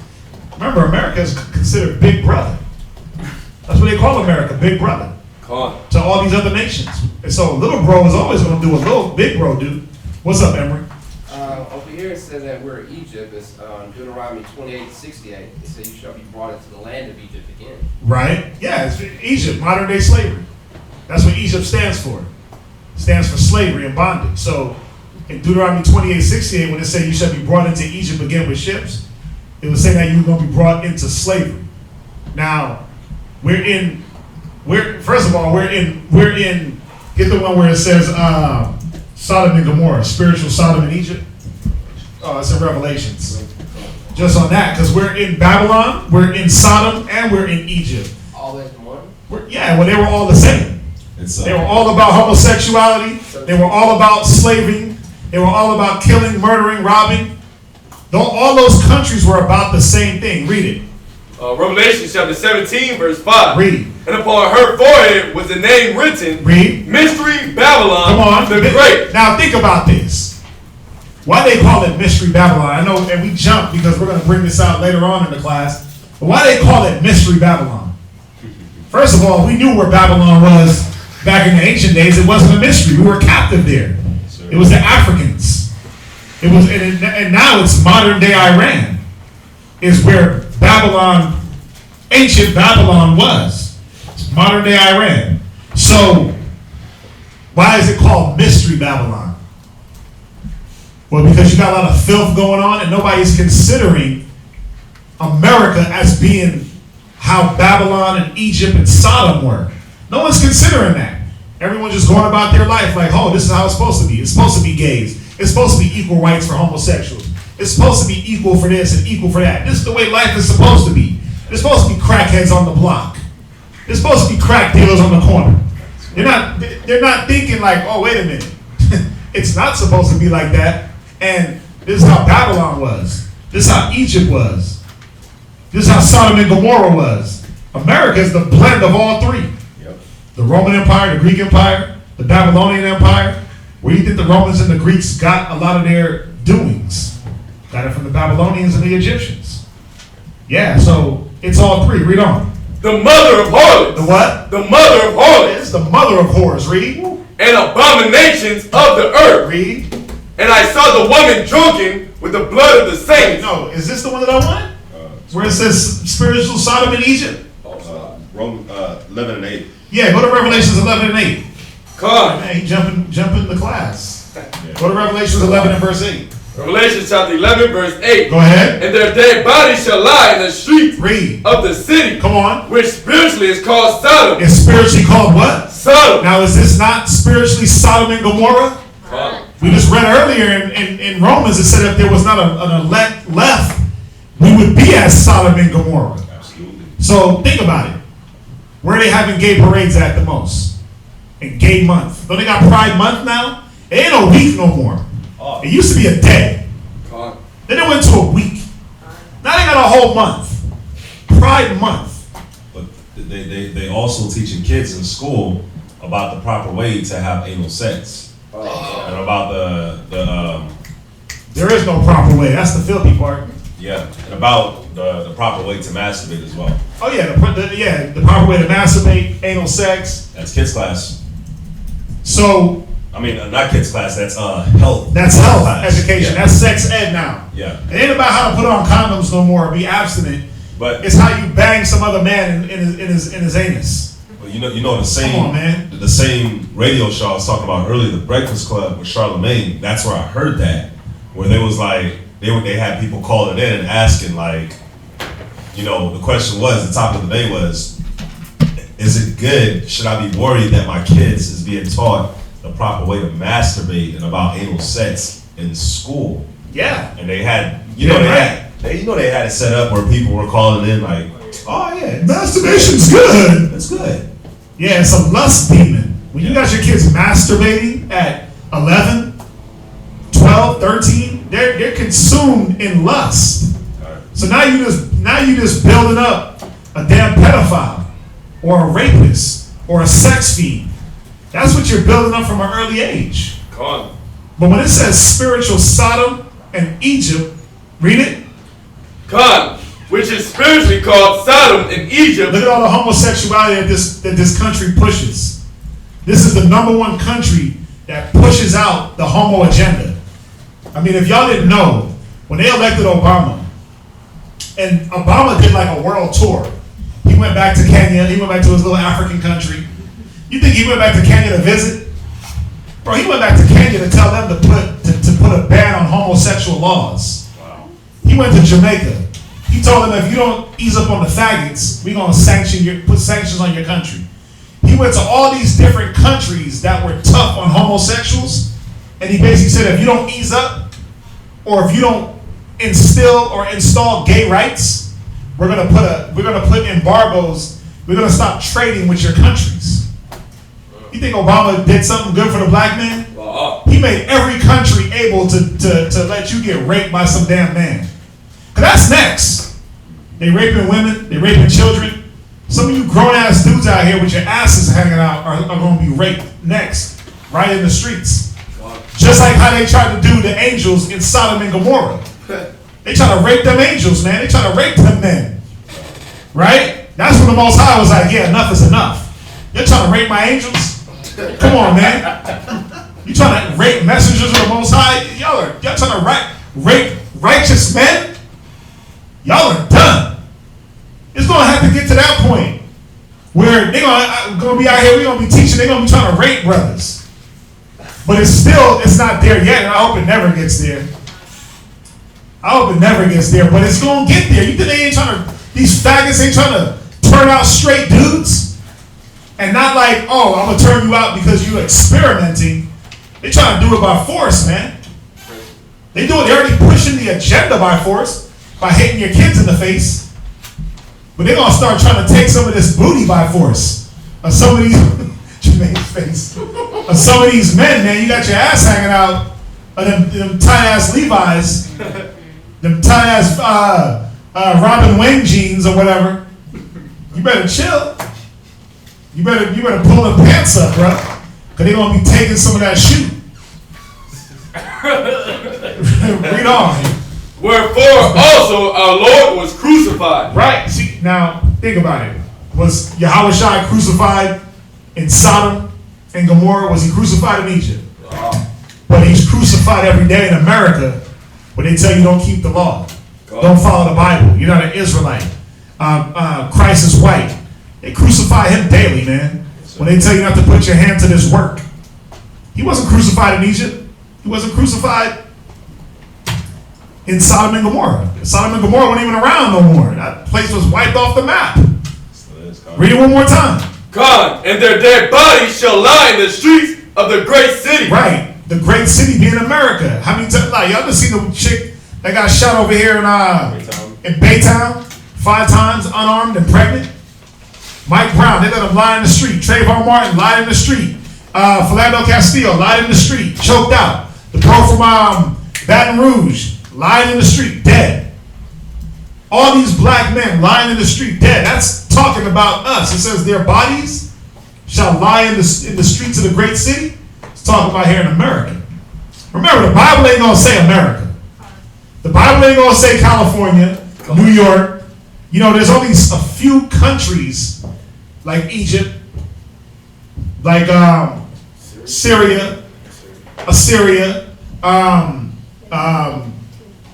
Israel, Ethiopia. There's only a few countries that are still named in the Bible that still go by their biblical name. Persia, Persian, yeah. But the Babylonians don't go by that. That was Iraq. Kush, Elam. You got India, you got Ethiopia, Eritrea. So it's not going to say America. It's not going to say that their bodies are lying in America. What's the greatest city on the earth? What's the greatest country on this earth, supposedly? USA. What did it say? A-OK, USA. Proud to be American. Proud to be American. Proud right? to be American. You got niggas in other countries wishing that they was American. Looking at us, thinking that we living it up. Because they ain't showing us getting shot in the street because of your skin color. Come on. You got other countries, how do you know? Because they fiend to get here. They'll swim across a whole ocean on a raft this big just to get to America from Cuba. They'll string together some rope and some wood and float their ass over here to get to the greatest city in the world. Because that's what it's promoted as, but that's not what it is. This is what it is. Read. God, which spiritually is called Sodom. Because spiritually it's gay as hell. God. Because spiritually it's nothing but faggots and homos running around through here. Done. And carnally. Spiritually this place is all about come here and be our slave. That's the spirit of America. Yes, sir. They sell you this fake American dream, $1 in a dream, white picket fence, 2.5 kids, a German Shepherd, right? Or a chocolate lab. Ain't that, like, come on, man, go get you a Labrador, get you the apron that says #1 cook, right? You out there, and what is it? The American dream is you sitting on the lawnmower, everybody mowing their lawn, and your wife is in the back barbecuing. And the kids are running through the sprinklers. Yay! With the white picket fence. With a white picket fence, the mailman's delivering the mail, and it's all happening at every house at the same time. What the hell? That's the American dream. Or the American dream is the man cave in your garage for a man. That's all of it. You got the game. Yeah, you got the game playing. And you sitting in your couch and you just. Yeah, with a beer in your hand and the other hand shoved down the pants like Al Bundy. But that's it. That's the American, and your wife is slaving away in the kitchen somewhere. That's a fake dream. Because spiritually, you got to come and work your ass off over here. Especially if you're an Israelite. Remember, Esau is in his kingdom. So he got the American dream. He got the dream that he built for himself. We look at it and want it. That's why it says the righteous is more excellent than his neighbor, but the way of the wicked seduceth him. Because we look at all the things that Esau got and we're like, damn, we want that. But you forgot and didn't see the back end of how he was getting it. How he was getting bent over the table and taking it up the rear to get that house, that car, that American dream. You gotta be asleep to dream, man. You can't be awoke in this knowledge and get that dream. You gotta be asleep to dream. Remember that. I don't care if you daydreaming or night dreaming. To dream, you gotta be asleep. But as soon as you wake up, you're like, man, that American dream is crap. Because we in Sodom and we in Egypt. What time is it? I'm going in. Going in. Let's jump back real quick to Zachariah, right? Yes, sir. Zachariah. 5 and verse 8. 5 and verse 8, right. Well, did you bring out the other scriptures about what's weighing us down? Because once we bring those out, I mean, we should be good, right? Yeah. Because now, we're past that point. right. Read Zechariah 5 and verse 8. Zechariah 5 verse 8. Right. And he said, this is wickedness. Right. So the woman equals the wickedness and the heaviness. Yeah. The woman is Babylon the Great. Right? Represents all the homosexuality, femininity, drugs, alcohol, prostitution, lesbianism, independent womenism, feminism. Go ahead. And he cast it into the midst of the ephod. Right, and the wickedness has been cast into the midst of Israel. Read. And he cast the weight of lead upon the mouth thereof. Right, the mouth thereof equals the lead cast down into the midst of Israel. Just said it. We are surrounded by wickedness. It's heavy on us, and wickedness is weighing us down. And we went through all the way it's weighing us. Right? And then Hebrews 12 and 1 comes back and says, lay aside all the weights that eat and the weights and sins that easily beset us. So we know that the weight is the sin. The weight is that heaviness. All the things that we're into, other than the wisdom, that's what's bringing us down as a people. So there ain't no crabs in the bucket. It's just your sins weighing you down, man. How do we know? Let's get one more scripture. Go to Ecclesiastes 11 and 1. Ecclesiastes 11 and 1. And then, yeah, we get those two and then we end it there. We'll get two more scriptures and then we'll end it here. That way, when we come back, we can just refresh and then we can go into and break down the woman. Who is Babylon and how do we know? How do we know it's America? Yes, sir. Read that. Ecclesiastes 11 and 1. Ecclesiastes chapter 11 verse 1. So if it says that the weights and the sins that weigh us down and beset us, what is it that lifts us up? Read. Wisdom lifteth up the head of him that is of low degree. You see that? It's wisdom that lifts you up. It lifts up your head, and what else? Read. And maketh him to sit among great men. Right, so why is Israel not sitting amongst great men? Well, because my people are destroyed for a lack of knowledge. You reject knowledge, therefore I will reject thee. So we're still low because we don't use knowledge. Go ahead. Verse 2. Go to, what's the other one?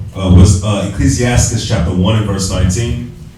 And then Ecclesiastes chapter 4 and then verse 11.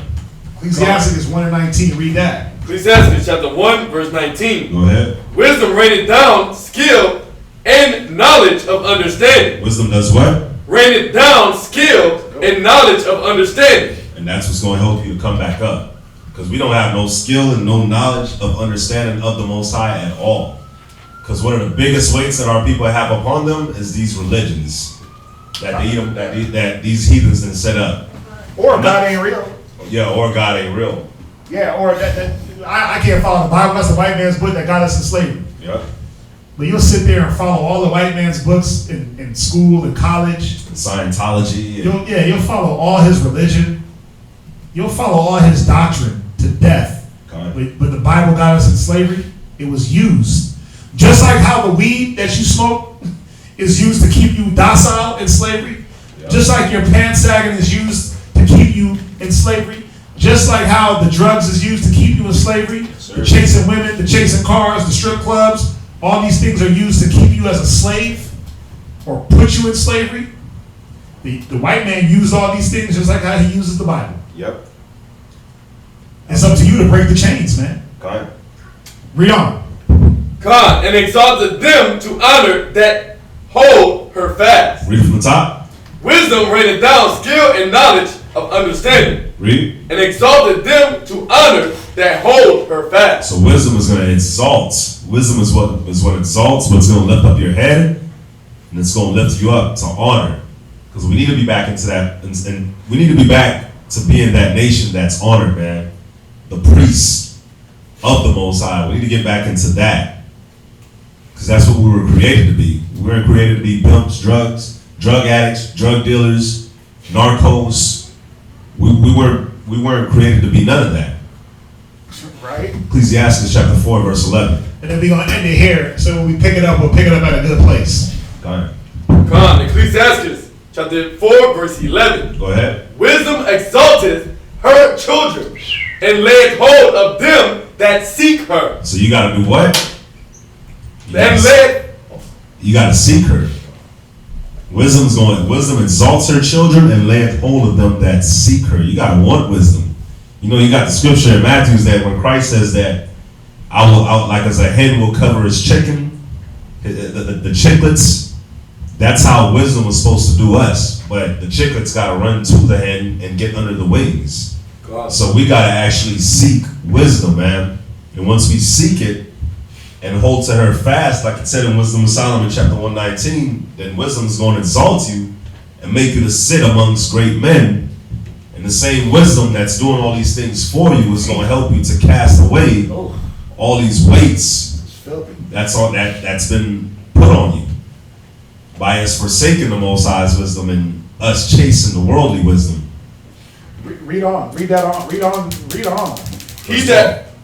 He that loveth her, loveth life. He that what? Loveth her, loveth life. Come on, because why?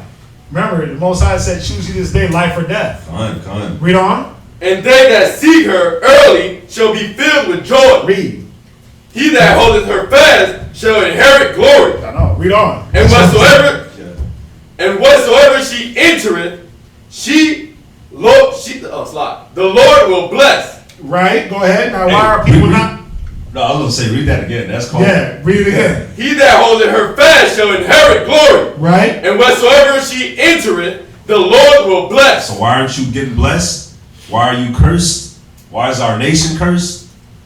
Ain't no Hosea 4 and 6, man. God. Our people is destroyed for a lack of knowledge. So without that knowledge, we don't have nothing to apply. So because we don't have nothing to apply, then we don't have no wisdom. God. So ain't nothing entering in, but the drugs, but the movies, but the Netflix, but the video games, but the porn, but the everything that this world has to offer. Next time you come up here. Read. Go ahead, read. Come, they that serve her shall minister to the Holy One. Right. Go ahead. And them that love her, the Lord doeth love. Read. Whoever giveth ear unto her shall judge the nations. Yeah, man, but now you see why we under the thumb of the nations, because we don't give ear to wisdom. Now you see why we don't minister to the Holy One, because we don't give ear to wisdom. Go ahead. And he that attaineth unto her shall dwell securely. Come on. Wow. Their bodies shall lie in the middle of the street in the great city. Ain't no security, man. You get in your car, you feel insecure till you get them blue and red lights. Whoop, whoop, whoop. Right? You nervous as hell. You more nervous than you've ever been in your life. God. Listen, me and my rib were coming from Sam's yesterday, and we seen a dude he was pulled over in the corner by the cops, and I was like, damn, at any time, I told my rib, I was like, what if you heard pop, pop, pop, pop, pop? Because at any time, you feel like you can just hear that a gun pop off when it's a cop involved. God. They were supposed to be there to help, to bring security. Now they're the ones you fear. God. Especially if you dark. Especially if you're an Israelite. Go ahead. God. If a man commit himself unto her, he shall inherit her. Right, and with wisdom comes all the other things. Riches, wealth, women, cars. Right? You're going to inherit not just wisdom, but the way to attain and maintain. Go ahead. And his generations shall hold her in possession. His what? Generations shall hold her in possession. Now when you go back to Adam, and it said that through Adam sinning and breaking the commandment, it said he appointed death in all his generations. And think about that. Can I read this real quick too? Job chapter 5 verse 25. Thou shalt know also that thy seed shall be great, and thine offspring as the grass of the earth. Job 5 and 25. Why? Because when you attain unto wisdom, that's going to propel you. That's going to propel you above all these nations, man. That was what was supposed to propel Israel. If If you do my statutes and my commandments, you'll be the greatest nation on earth. You'll be above all nations. Read. Finish it up. Come. For at the first she will walk with him by crooked ways. Right. And bring fear and dread upon him. Right, because that's how she's going to correct you out of that crookedness. You was a drug dealer and you knew it was wrong, you might get a couple of bullets whizzed by. Straighten you up real quick. Wait a minute, I got to put this drug dealer down. I ain't about this life. Let me get in my book. Right? She's going to walk with you, but she's going to scare the hell out of you. Read. And torment him with her discipline. Right? Because it is torment at first. You got to discipline yourself into wisdom. You got to be diligent and consistent. For some it is torment. Read on. Until she may trust his soul. Right, until she sees that, okay, he's ready. He's ready to use me. He's ready to apply me.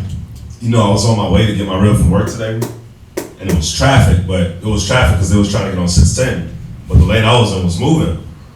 But dude, like, this guy, I'm going like 80, and this guy like pulls out right in front of me. And I'm like, oh, snap, and I hit the horn, and I like put my arm back for the the baby car seat, and he like turns back in, but I was like, golly, I could have smashed into this dude. And it happened so quick, man, that I was like, I swear to y'all, man, after it happened, I was like, oh crap, did I piss the Most High off? I was like, just like that, he could have took me out. Just like that, he could have did some damage. But it made me I just started thinking like, man, what was he trying to show me? Like, what do I need to do? Like, you know what I'm saying? But that's how you gotta think. That's how you gotta think, man, because when the Most High put you in a situation like that, you could have, it's nothing for him to make you hit that car. Or it's nothing, every time you're driving to work, you're taking a car or you're taking a bus, it's nothing. As soon as you leave that house, as soon as you wake up, it's nothing for the Most High to touch you. So when you get these close calls like that, man, it's like a wake-up call, like, man, what am I doing? Like, I need to go harder. Like, let me stay in your good graces. It's even wisdom to be able to recognize that. Think about where you at to even recognize, like, damn, that was a close call. What am I doing to show the Most High or what am I not doing? Yeah, to even be able to recognize that, you're like, okay, you're using wisdom. But y'all get that, right? And we're gonna end it there so that way we can come back another day, probably next week, and finish it up.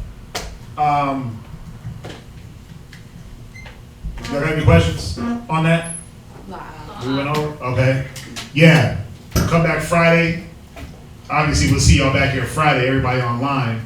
Yeah, a lot of comments, man. A lot of comments. Yeah, I like the fact that y'all are engaged online.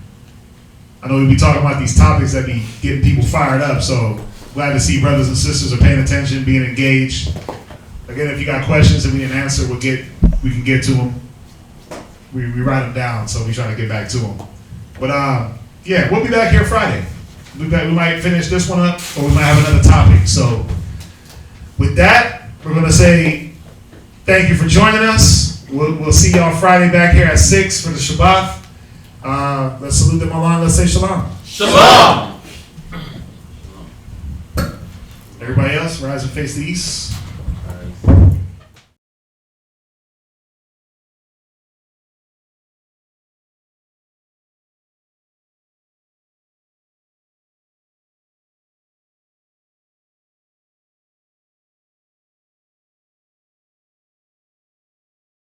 Jesus is real, but you devils taught lies on Christ. So many lies that when we come with the truth, people think that the lies is the truth and that the truth is the lie. Who changed the truth for God into a lie? In English, Jesus Christ, in Hebrew, is Yahweh. So do or die. The immaculate conception is deception, along with the myth of giving gifts on December 25th. Christmas is Satan's clause, the birth of Nimrod, and not the son of God. To you was kind of odd. On the Passover, Christ was born in the spring. So now we bring the truth about the King of Kings. That's Black Jesus and not Caesar, but Jesus.